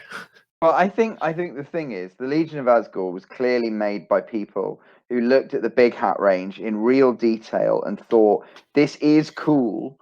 I just need to make this cool by like turning up the sliders in a couple of places. We're going to keep big hats, but not everyone gets to wear a big hat. If you're wearing a big hat, that means you're running a piece of artillery or you've got magic powers. We're going to keep the bull centaurs, but they're going to be like more like hulking monstrosities. And by the time you get to Shator the Executioner, he's huge as well, by the way. He's bigger than the Renders. Oh, it's massive, yeah. And that's about that whole centerpiece concept. And I think they said this range needs a capstone, and they chose the giant bull because it is the classic emblem of all of Chaos Dwarf society. And so he's got his horns down. He's a huge chunk of beef, right? He's got massive shoulders for a cow, if you see what I'm saying. The only thing I don't like about the miniature is that his face is facing away from us. But I think that they drew that from life, if you see what I'm saying. I think they looked up what a bull does when it charges and put that sense of motion into the miniature, because he's just kind of striking the ground, isn't he? Yeah, and do you know what? The pose is very realistic, isn't it? I've seen people make him look like he's flying and stuff to make his face a bit more forward, but it does then lack that direction, that movement. I think you're right. They have tapped into that there. An interesting model that is completely absent in this range, of course, is the other big monster we had from the Big Hat days, which is the Lamassu, isn't it? We don't have a Lamassu in this range. We have a Taurus, but we don't have a Lamassu. And normally, when you think about Chaos Dwarfs, they're the two big flying monsters you pick from, don't you? I wonder why that was. I wonder if it was too out there for what this range was trying to be grounded and trying to be a bit more gritty. Also, this range was leaning a little bit more towards the industrial and a little bit more away from the magical. Magic's still there, but it's magic inside machines. So I wonder if the Lamassu was just a bit too crazy for that range. I think to take the Lamassu to the current generation of Chaos Dwarfs would either require to change it too much, and it would be risky, because people have an image of a Lamassu in their head, or it was just maybe too crazy, as you say, or because let's be honest, it's rather crazy looking model. Yeah, absolutely. It's mad as a box of frogs, but I love it. And that's by the way why the entirety, not spoilers, but it's pretty obvious if you know the Chaos Dwarf range. My obsession with the Lamassu is the reason for Among the Wicked Dawi even existing in the first place, which is obvious when you read it, but we'll come to that later. I think the thing is that if you look at the range, if we all step back and zoom out, so much of this range is big single models. Big single artillery pieces. They've got 3 of those. No other army has got 3 of those at that size, because each one of those carriages is like the size of your outstretched hand. Shartor is the size of a big Warhammer monster, like a big one. The renders and the champion of the renders, whatever his name is, they are hefty. And then the giant bull is so big that to add another monster on top of it that a slightly different type of Chaos Dwarf rides, I think they just kind of thought it was one bridge too far. They're already selling us a rocket launcher, a mortar, a tank steam engine, and a giant spiky like chainsaw machine. Do you know what I mean? Yeah. It was. I think it was probably a bridge too far for them. Well, on the other hand, it would have not been that complicated to add a Lamassu head to the Taurus kit, I suppose. So because they do that a lot. They bring out one model or one box with 3-4 different build options, and when you look at this model, I suppose it would have been easy for them to just add a Lamassu head and say, well, if you want both, buy 2 boxes. So that's been their tactic for quite a while now. So absolutely, in that context, it is quite weird, actually. I do think, for me, it feels like it's something they didn't really want to mess with for some reason, very specifically. Yeah, I think creatively it was just a direction they weren't going in. I think it was just a little bit too much of that old look, and it's so bonkers. I mean, but the Lamassu is very, very, very deeply rooted in that kind of Mesopotamian influence of Chaos Dwarfs. And Chaos Dwarfs are 2 things, really, aren't they? They're Mesopotamians and they're evil industrialists. And I think the Azgorh range was evil industrialists with Mesopotamian flavour. They weren't Mesopotamians with an evil industrialist flavour. You know what I mean? And maybe that's where the Big Hat and the Legion of Azgorh are slightly different. One leans slightly one way, one leans slightly the other way. Okay, Fez, I think we've come to the end of that, really. We've said just about everything we were going to say about the Legion of Azgorh range. So we're going to move on to our next topic. Now, the next topic, Reaver, you're going to be taking this, aren't you? It's about the Warhammer Total War game that's coming out soon. Is that right, mate? Yeah, absolutely. I've definitely been following this one for a while. I'm pretty excited for, especially for the potential for Chaos Dwarfs to be arriving in the setting, but even more so than that, Total War in general kind of, I feel like it launched the hobby, not just for me, for some other folks. It's really brought some interest from the video game realm, where the Total War series was mostly, maybe entirely historical titles, not fully aware of all of them. Is that correct, Chitz? I know you've played a fair amount of Total War. Yeah, I've played Total War since they made the first one, Shogun, back in the 2000s, and they've all been very strict historical rank and file games up till Total War Warhammer 1, which was back in 2014, 2015 maybe. Yeah, absolutely. Yep. And I think the thing that has been such an unexpected connection is that kind of rank and file squares fighting that the games depend on has really given the Warhammer Fantasy Battles style of tabletop game a new lease of life. I don't think the old world would have been announced without Total War Warhammer generating interest in all those old ranges.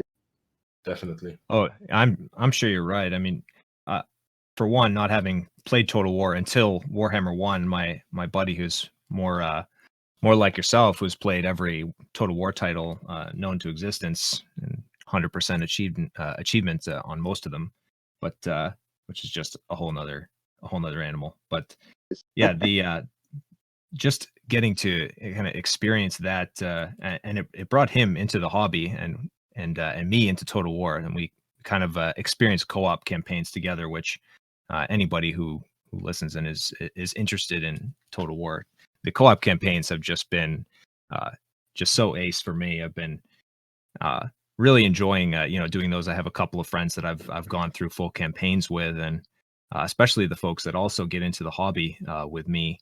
And co-op campaign can be pretty lengthy, but if you have something to do off turn, which I'll say painting or even something like scraping mold lines, and you can find yourself getting quite a bit done in the off turn. So that's been, I have painted a fair number of Chaos Dwarfs just sitting there on campaign turns or off my campaign turns. So definitely that's been a huge amount of fun. And and when we were playing Total War Warhammer 1, we're finding ourselves experimenting with all these different factions, and we're like, well, what would we really like in a faction? Nice to really have the most fun battle experience. And they're like, wow, we really like the playstyle of the dwarfs, but it'd be really nice to have some monsters, some of the more exciting units, and probably some magic too. The dwarfs are lacking in magic, so that sounds really familiar. And so I'm really excited for the Chaos Dwarfs to kind of come onto the scene, as I'm hoping they will. There's definitely potential for them to be arriving. I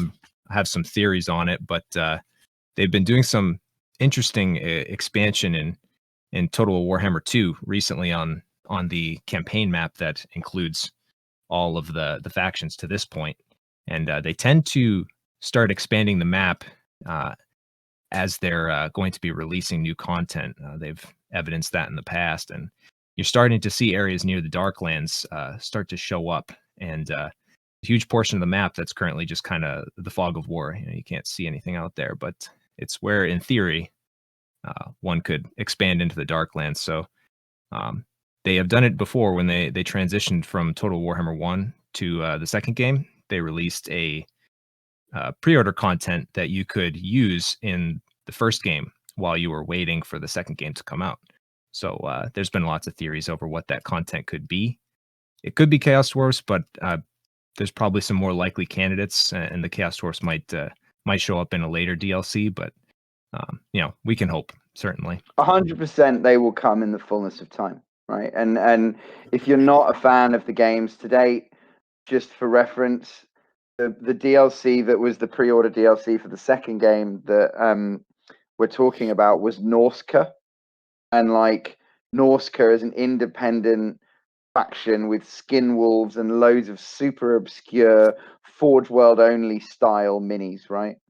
And the thing that Total War Warhammer has done in the last two games is they have brought obscure, poorly understood ranges with much less to their name than the Chaos Dwarfs, by the way. Stuff like Norska as an independent army list, or the Vampire Pirates from an issue of White Dwarf got their own full faction. That was actually the most powerful faction in the meta for quite some time. But because of that fact, the idea that a faction with a full miniatures range, even if it's one from the 90s, but in reality with Azgorh, it's not. It's way more recent than that. Guaranteed you're going to see the Chaos Dwarfs at some point. And whenever a faction gets released in Total War Warhammer, the market for their miniatures goes mad. So there's lots to expect in kind of the future of Chaos Dwarfs, because a huge number of players are going to discover the faction because they're already hooked on the video game, and it's going to be the new cool stuff that comes out. The only question is whether it launches when the game launches, or whether it launches as DLC later on down the track. And that is something we can only speculate on. Oh, absolutely. I have a hunch that the Tomb Kings, this fantasy army that I used to play quite a bit, one of my first fantasy armies, and they kind of held that carrot out for folks in the second game, and that was the first major DLC release. And Tomb Kings had a full range, certainly fleshed out to the same degree the Chaos Dwarfs are, potentially more on the Tomb King side, but I could definitely see them handling like that and dangling that carrot out a little bit further. But there's definitely, it's encouraging what they've been able to do recently. They've shown that they're pulling from Forge World in depth. They've pulled from the Monstrous Arcanum, the Necrofex Colossus being an example of that. So that gives us great hopes for some really awesome models to come into the game in terms of the Kadai Destroyer and things of that nature. So they've really shown Creative Assembly, the creator, that they can flex those muscles, and they've even created their own legendary lord. So that really opens up things like Cathay and Kislev, where they have some creative freedom to work with here, especially in this third game. So that and this the old world and its release really could have some neat collaboration between the game and the old world as that comes into being. So that'll be really interesting to see, especially for those who are up to date, and whether there's a cross compatibility with Age of Sigmar. I know there's a lot of topics to discuss on that, but it'll be interesting to see how Creative Assembly kind of asserts themselves in that process. Especially because their core gameplay mechanic, and this is bigger than Warhammer, right? This is going all the way back to Total War, is that in the battle map you order around ranked blocks of infantry and cavalry and artillery, right? So you move troops in all Total War titles in the way that you move troops in Fantasy Battle, not Age of Sigmar. And the latest historical period that Total War's ever done is like Napoleonic, which is still rank and file fighting. And from that perspective, if Creative Assembly are wielding more influence, which it's clear that they are, then it looks set to have a knock-on effect for the old world, because it will require the old world fans to be working on square bases. If you look at what's happening in Total War Warhammer 3, just for context, they've announced Cathay and Kislev will be coming out for that video game. But they've also announced that those two factions will be coming to the old world as miniatures ranges through Warhammer Community as well. Which, not to trip on to my topic later, but implies heavily that they are going to be bringing back some miniatures, or even inventing completely new miniatures ranges for factions from Total War Warhammer 3 onwards, which again has implications for us, right? Yeah, absolutely. And if the map is looking east, that's only going to be good for us, really, isn't it? And I'm not massively into computer gaming. I mean, I played one of the older Total War titles. I played Rome Total War back when that was new. When I was a student, I thoroughly enjoyed it. In fact, it scratched a Warhammer itch. Do you know what I mean? If I couldn't get a game of Warhammer, I'd play Rome Total War, and it would give me that same sort of little feeling of something I don't get out of Age of Sigmar. Actually, I like Age of Sigmar. Don't get me wrong, but it's a different game. It's a skirmishy game, isn't it? Whereas you don't get that feeling of I'm a general and these are my blocks of troops moving around, and you definitely got that from the Total War games. But yeah, I'll definitely linked, because I was watching a YouTube video where they were talking about Kislev in the video game, and they're working off of the exact same concept sketches that the Forge World team and that are working off of for this new game, this new miniatures game. So they're almost one of the same, aren't they? It's feeling like this is going to be a miniatures game based almost upon, in many ways, based upon this video game that's coming out. Yeah, for sure. And with those factions, those being announced, I feel like there's some much needed diversity to be added in the human factions. This third game could be pretty impactful, and I feel like it'll be a good gateway for folks to get into the hobby as well. In addition to just being, something that can bring attention to Chaos Dwarfs as well. There's more reaching implications than that, for sure. Right. I think I did say to you the other day, though, Oxy, it's such a foot shot for GW to have discontinued some of the miniatures that the Total War games have made popular. And I think the Empire has been a faction that has been particularly badly impacted by that. But one of two things has happened with the Azgorh discontinue. either Forge World have discontinued the Legion of Azgorh because they are absolutely tone deaf and don't understand that if they had just kept those molds operational for another 6 months, maybe a year, if Chaos Dwarfs are a late game DLC, then they would have seen a massive uptick in those sales, or they've discontinued them for a good reason in the way that they have done with Blood Dragons, right? So Blood Dragons have just been discontinued from the GW store, but that's because we know that a huge number of vampires are about to be released.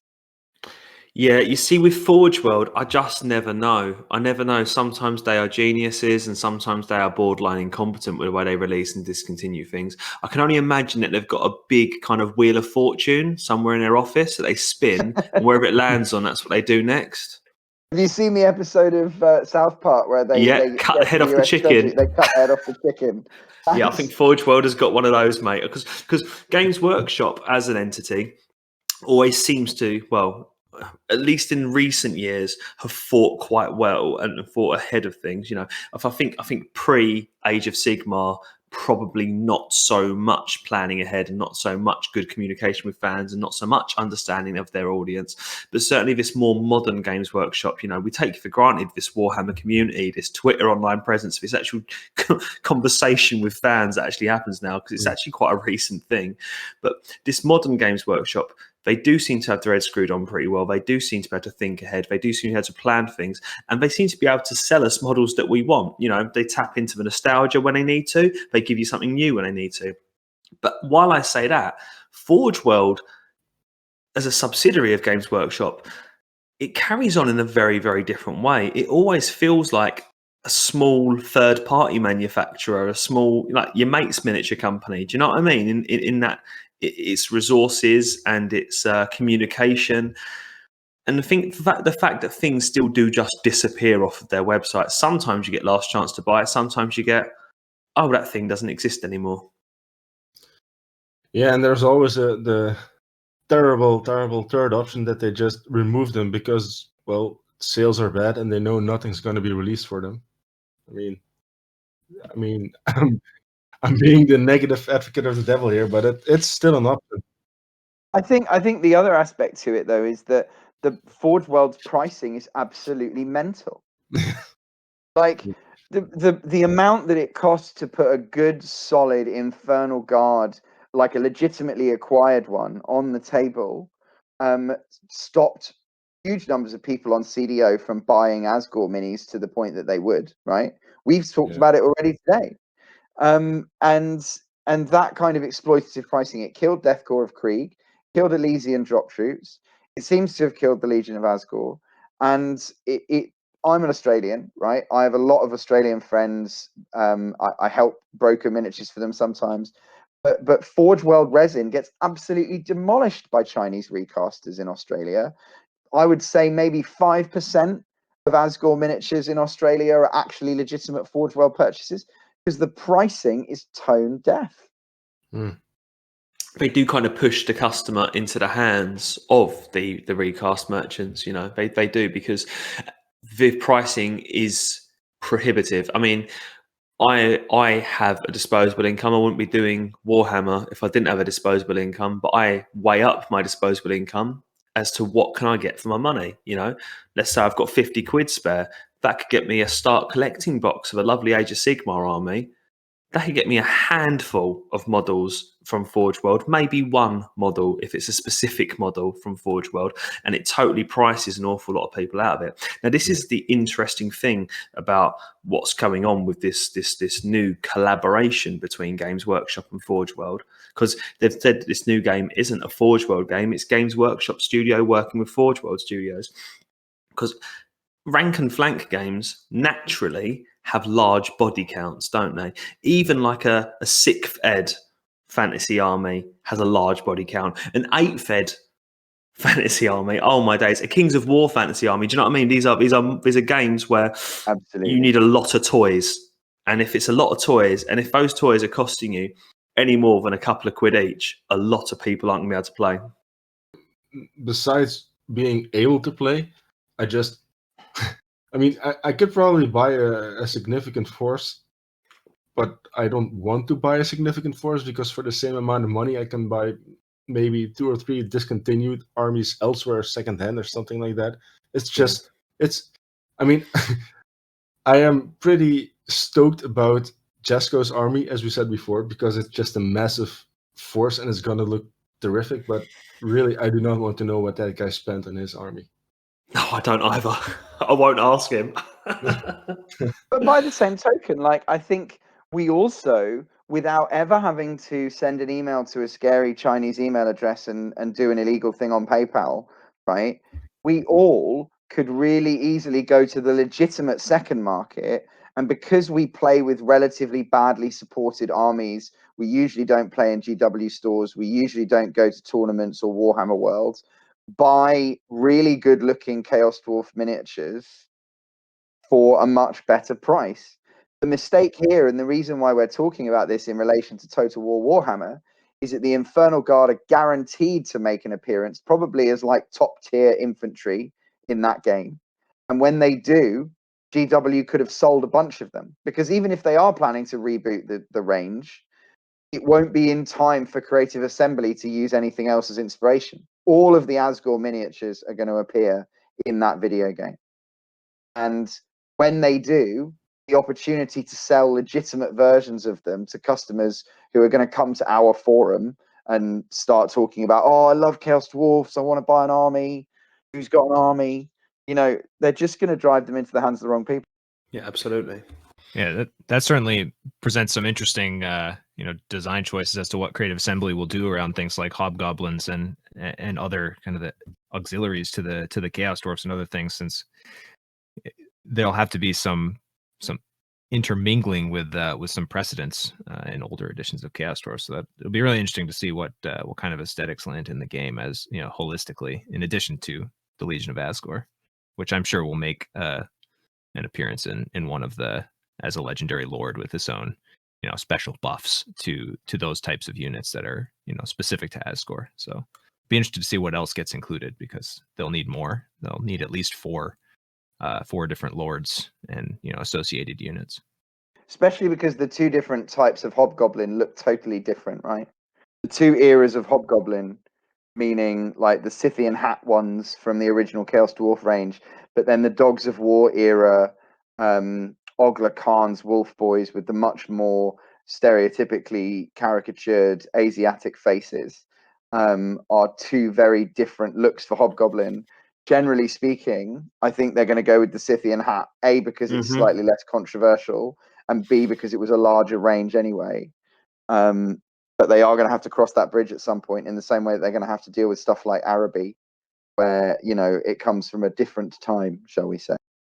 Yeah, absolutely. Some of those like stereotypes, and some of those like those almost cartoonish interpretations of different races' features and stuff in miniatures is going to have to be readdressed and stuff. Absolutely.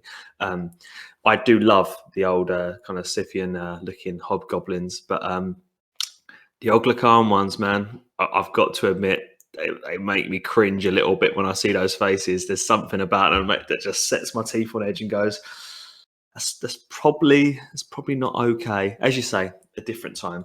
I wouldn't be surprised if Creative Assembly would go back to, if they're doing an Azgorh sort of army in their next game, they go back to the art, because there were some beautiful paintings of Hobgoblins in the Tamarkan's book, which never got turned into miniatures. So I can only assume that there are also concept sketches and bits and bobs like that kind of knocking around, and they lent more towards the old 1990s range, a little bit less big hat and a little bit more kind of like furry helmet sort of thing going on. But yeah, I wouldn't be surprised if they used some of that as inspiration.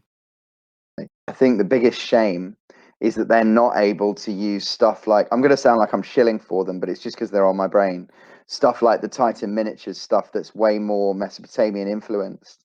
They're not going to be able, unfortunately, to give us, a big miniature with a giant cuneiform tablet on his back, which would have been cool. But ultimately, they've got so much to work with. And what they proved with Vampire Coast is that they will do their own work where something is incomplete.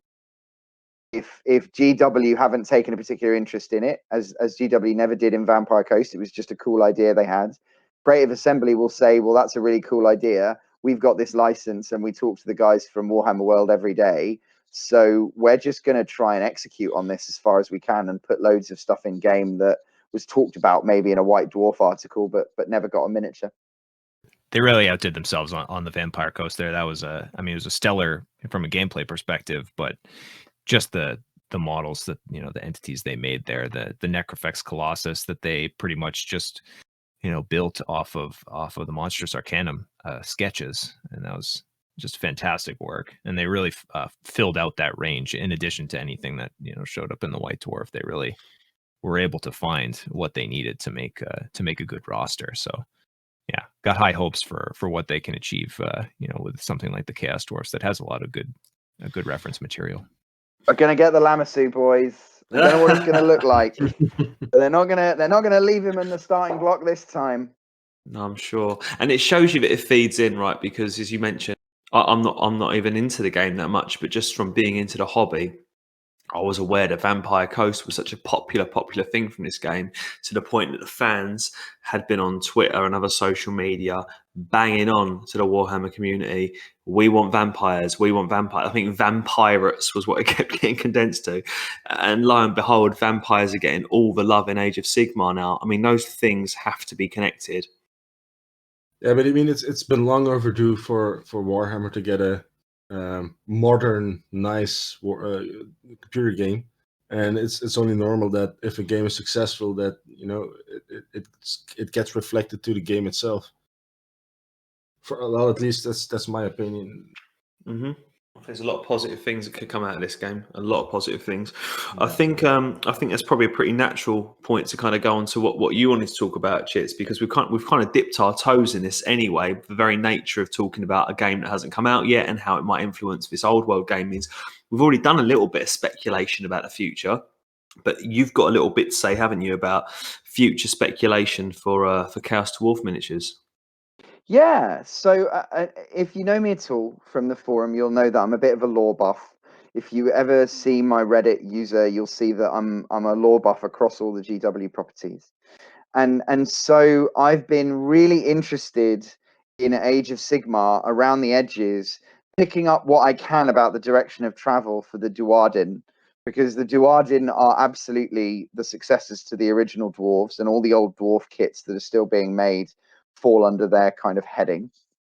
And in the lore for Age of Sigmar, Chaos Dwarfs have appeared. We've also got one miniature as part of a slightly obscure position. Most of you will know who I'm referring to, but we'll talk about it in more detail in a minute. And so I think it's worth us speculating on if Azgor's not the future, right? If they're not going to try and pump Azgorh back up, is that because it's the end of the line and we've never been able to make Chaos Dwarfs that sell?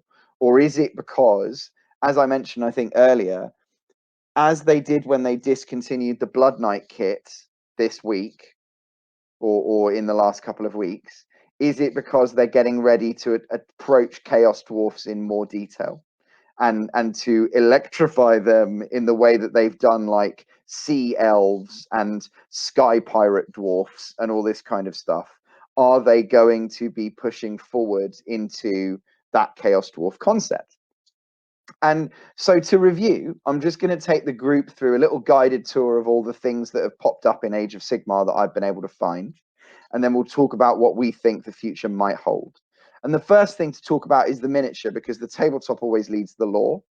And if you look on the Warcry Iron Golem warband, which is primarily, I believe, a Khornate warband, or certainly kind of Khornate adjacent, they wear a lot of red and a lot of melee weapons. There is one Chaos Duardin with two hammers, wearing a mask fixed to his face. And he really is pushing the Berserker aesthetic much more than he is really meaningfully connected to the old Chaos Dwarf concept, right? There's lots of bronze, there's lots of armor, but that's the theme of the entire warband, right? This is one dwarf surrounded by 2, 4, 6, 7 other non-dwarfs kitted out in the same way. So from that perspective, what he represents is really the most basic idea for Chaos Dwarfs in future, which is dwarfs who worship the individual Chaos gods. And what you're looking at with the Iron Golems is that concept being executed in a relatively tame and uninteresting way, right? This is not a distinctive faction. This is, and dwarfs are also corrupted by chaos. So sometimes you'll see them, which I think we all agree at Chaos Dwarfs Online. It'd probably be a bit of a shame, but it is the state of play at the moment. And one thing that's not talked about on the forum that I wanted to draw everyone's attention to is the book tied to that warband, an ebook which you can get on Black Library for about £3, called The Iron Promise. And The Iron Promise is a story about the Iron Golems warband who are trying to find out why their Chaos Dwarden allies have stopped delivering them new arms and armor. And what Iron Promise shows us is one of two examples in Age of Sigmar of, yes, there are organized Chaos Dwarfs.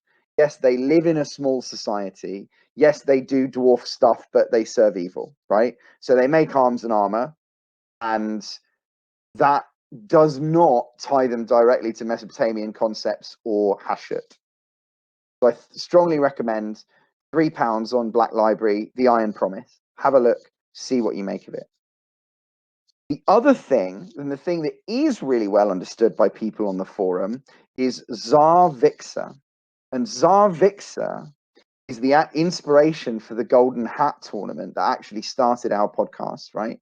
And Tsar Vixar is a giant oil rig in the realm of Shaiish, the realm of death, from which Chaos Dwarfs, who behave much more like our conventional Chaos Dwarfs, do conventional Chaos Dwarf stuff. As in, they make siege giants. There is a picture of Tsar Vixar, which I'm just going to share in the chat for my boys. Unfortunately, you listeners will be able to find it on Age of Sigmar Lexicanum. And it is a picture of the classic Chaos Dwarf physical environment, right? It is an enormous set of iron spires with big billowing gouts of forge flame and like large cannons attached. And the spin that they've put on it is that it's in the ocean and that the Chaos Dwarfs go to the bottom of the ocean to do bad stuff.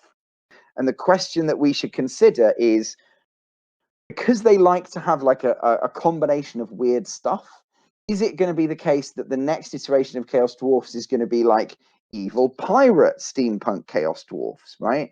Are they going to go off in that kind of pirate direction, or is that too close to what they've already done with the Grundstock haulers and all of the good stuff from that range? And the last thing that I'll talk about is the reference to a couple of different groups. Now, let me just find this because I've got it open in a tab. This is two things from Age of Sigmar rulebooks. One is the Forge Anathema. And the Forge Anathema is, again, it's a lore blurb. It's a little paragraph that talks about a very conventional old school Chaos Dwarf environment, right? A smithy and a fortress built in iron and bone, cannons of living metal bound with demons guarding every passage that leads to its burning gates. You know, it could be something out of Among the Wicked Dawi, right? They even name check the Father of Darkness. So specifically, the line says, "The Twisted Dwarden Forge Masters who rule here arm anyone willing to pay for their dark craft, for they bow to none save their dread god, whose name they will not utter before the uninitiated, calling him only the Father of Darkness." So at least according to that rulebook, Hashut worshipping conventional Chaos Dwarfs exist in the Age of Sigmar. That might have been them doing us a charitable kindness. I don't know, but it is in there. And then the last thing that we'll talk about is a quote from a Fireslayer piece of fiction that talks about some dwarfs associated to the Forge Anathema. And they say, "Our brothers are lost. They forge accursed weapons from sentient metal, agonizing despair, shards of eternal ice, and the bones of our kin." So it's possible to find it in the setting. But the question is whether GW are going to go in that direction or whether they're going to try and make it weird, as they have done with all the other Age of Sigmar ranges. What do you guys think? I think they'll go weird. They always go weird. but it fills me with hope that there are Hashut worshipping dwarfs in this world. The Tsar Vixer thing is the only thing I've really read about, and that has made me think before, okay, there's something here. I think the fact that they're going down into the depths of the sea to find, nasty things to play about with, to artifacts to find and to fuel their evil engines and stuff just means, Reaver, you are well ahead of the curve, mate. Really? I was going to say, if they go with the steampunk pirate evil bearded dwarfs, then I'll feel like a little robbed in some ways. But then, Hey, I think you should sue. That's what GW would do. and also they've found the easiest way to get my money. So there's two sides to that. It's always two sides to it, absolutely. And I think there is. You mentioned about the Iron Golem having a Chaos Dwarf. I think there's another Chaos Dwarf in a Warcry range in the Spire Tyrants. Is it? That's right. Yeah, I remember seeing that. He's a little bit more like, to me anyway. He feels more like a 1980s Chaos Dwarf. Yeah. He's got a couple of big horns. Once again, he's wielding two weapons. He's basically a slayer, right? And he's wearing a classic. But you're absolutely right. He's super 80s looking because he's got that old school Chaos Dwarf, as in like mini Chaos Warrior aesthetic. Mm-hmm. Yeah. I've got him. He's a lovely model. I picked him up as a single on eBay for about £3, which I thought was a pretty good deal. And with these Norscan style Chaos Dwarfs I'm doing at the moment, I'm going to use him as a little unit leader. I thought he'd work quite well for that. Classic. Yeah, they're a very tame warband. If you don't know them, listeners, you'll find them really easily, the Spire Tyrants. But they really do seem to be a tribute to that old school classic. I think their leader is based on the Pit Fighter from Warhammer Quest. Definitely. If you look at him. Definitely. He's got the top knot and the mace. And so I'm not surprised that they kind of reached back into that era for that Chaos Dwarf. I do think it would be a bit depressing if they released it at some point, and they were just like, it's Nergling dwarves, here they come. Yeah, that would disappoint me a lot because a Chaos Dwarf in my head canon is not a dwarf who worships chaos. I mean, that is a chaos worshipping dwarf. A Chaos Dwarf would be a dwarf of the Darklands, a dwarf of Zarnagrund, a dwarf who worships the Father of Darkness, or in the Age of Sigmar, I suppose, the inheritors of that culture, But you say about going down a weird way. I mean, they released High Elves again, didn't they? But they called them Lumineth Realm Lords, and the whole hype behind them was they're pointy elves. They're what you guys want. Look, we've got normal horses and all that. But I mean, it's been a year and they're riding kangaroos, guys. And a lot of people who were really happy about the announcement of classic High Elves, which is what the Pointy Elves video was intended to be, are very disappointed because the helmets are absurd. They look ridiculous. Now, I think we've got the advantage in that our lads look ridiculous to begin with. I almost think, and I think I said this to you, Oxy, several weeks ago, like I almost feel like the Chaos Dwarfs were the Age of Sigmar army before Age of Sigmar was allowed to kick off, right? And the 90s Chaos Dwarfs, they were weird enough. They had enough weird things in their single sentence description, right? They're Mesopotamian Chaos Dwarfs who worship a big bull and they're turning to stone. Oh, and some of them are half cow, right? That's Age of Sigmar. That's Age of Sigmar in a nutshell. Well, mate, my Age of Sigmar army is all 90s. Very few conversions going on there because they fit better. My army that I'm building for fantasy is very grounded and realistic. They're like the barbarian Chaos Dwarfs I'm doing. Yeah. But my actual Age of Sigmar one we wear bright red, we're standing on lava, and our hats are taller than us. Because in that setting, that doesn't seem ridiculous. Yeah, I think you're right. They fit right in, don't they? God bless them. So in many ways, almost you'd want them to go back to a pre-Azgorh. Not that I'm advocating for this, but like if they hadn't already had the idea, it's the kind of thing that they would come out with in Age of Sigmar, and everyone would go, "What? I'm going to buy 50." Does that show, though, the only thing that's different about a good idea and a crazy idea, like 20 or 30 years of nostalgia? Definitely agree. I'll be interested to see, because those high elves you were mentioning, they grabbed the cows. So does that mean we're going to get a bunch of Phoenix worshipping Chaos Dwarfs?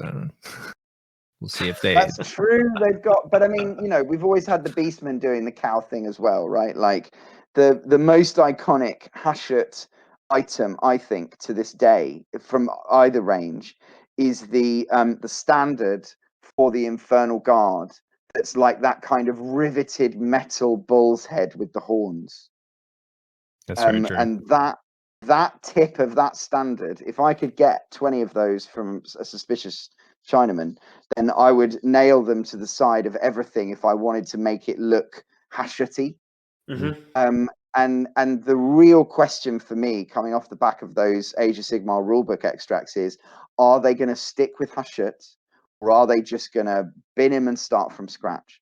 Because we know that Azgorh had a war scroll in the early days of Age of Sigmar, right? And so it could be that those extracts were just to make space for people with an Azgorh army to feel like they should keep collecting. Yeah, it could well be. Just little tidbits of information so you don't feel like that army you bought last year was a complete waste of money.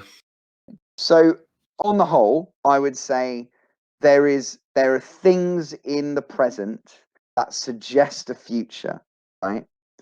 And I hope it's a future that is more than individuals turning up in Warcry warbands.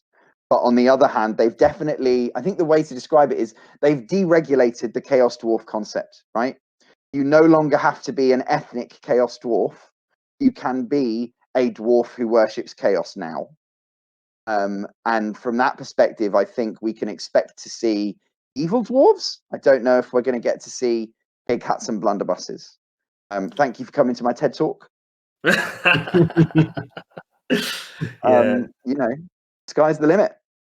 But the old world game could be the route as well, couldn't it, mate? I know that they're starting this off, this old world game, as being a kind of period of imperial civil war, and they're already making Horus Heresy comparisons and stuff like that. But depending on how successful that game is, depending on what happens in the Total War games, you might find that Chaos Dwarfs end up getting some support elsewhere. Not in the immediate future, but in the long-term future. I definitely think that's true, and I do think that we've got to give them time to respond to the fan demand. Right? They're going to have their plans. They're going to have their slate of releases, and really, one of two things is true: either they've already bothered to make an editorial decision about Chaos Dwarfs, and the machinery is in motion, and it's going to happen. It might be on the release schedule for 2023 or something, and they've already thought it through, and it's going to be nothing like what we're used to, or they haven't bothered to think about it yet, and when Total War Warhammer 3 drops, they're going to add it to the back of the queue, and they'll respond to the Total War Warhammer option when they've already done minis for Cathay, minis for Kislev, resurrecting the Empire range, putting in some stuff that they might have lost along the way, made some vintage high elves or something. Mm-hmm. Because we can't know which way they're going to go, but we know for a fact that strong demand of people saying, I want Chaos Dwarfs, is on the horizon because of Total War. But it's going to take GW a very long time to catch up to that fact, if they ever do. But thankfully, it's not going to take us too long. Do you know what I mean? That's why the forum is there and it's ready, and we're putting out material out like this, because the spiritual home for the worshippers of Hashut is going to be there when those new fans come flocking in. Exactly. Absolutely. What a wonderful note to end on. Right, yeah, absolutely.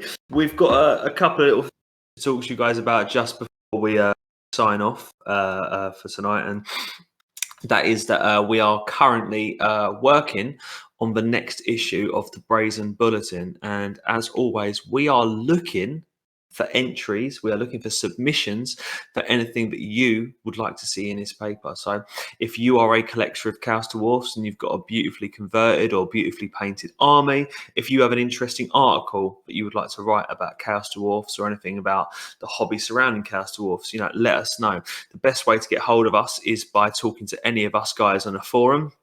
If you're not a member of the forum, become a member of the forum. But before you do that, you can always just email us at brazenbulletin@gmail.com. Okay, it's brazenbulletin@gmail.com. And we've also got a little bit of news for the next issue. We haven't got everything done for the next issue anywhere near yet, but we have got something very exciting lined up.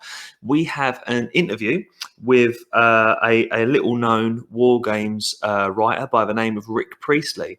Apparently he created some game called Warhammer 40,000. I don't know an awful lot about that, but what I do know is that he wrote White Dwarf Presents Chaos Dwarfs. So that's what we're going to be talking to him about. And there's I'm going to be talking to him this week. I think I'm going to be sending him off some questions. So there'll be an interview with Rick Priestley in there, which I'm very, very excited about. One quick one for you, Oxy, because that is going to be super exciting. Are you still taking recommendations from people on the forum for questions to ask? Because if people are listening to this on the day, they might still have time to sneak in. If they do, they're going to need to be pretty bloody quick because I'm talking to him this week. So there is still a window, but I'm talking about a window of a few days. All right, so there's still a window. But I'm hoping Rick is not going to be the only Games Workshop veteran I'm going to be able to talk to. There are a couple of other irons in that fire which I can't really reveal any details about yet because friends of friends are talking to people. It's that sort of situation. But there's a couple of other people who were quite involved in Games Workshop back in the day who we are hoping to get some interviews with for future issues. So it's something that hopefully we'll be able to do. A lot of these guys are really, really open and just, love chatting about the stuff they used to do, which is really, really cool. Okay, that is all for today. So thank you very much for listening from myself, Oxymandias, from Chitz, from Michael, from Reaver. We really, really appreciate you being with us today and having a listen and getting involved in the Chaos Dwarf community. If you are not a member, get involved. Sign up at chaosdwarfs.com, our new discourse website. The new forum is there for you to sign up, and you're going to find a great community full of people that are very, very passionate about this stuff, people that are going to be giving you advice about your hobby, people are going to be chatting to you about lore. It's the best place on the internet, and you need to be there. Absolutely. So ta-da, guys. Thank you very much for listening. Cheers. Bye. Cheers. Bye, everyone. Bye-bye.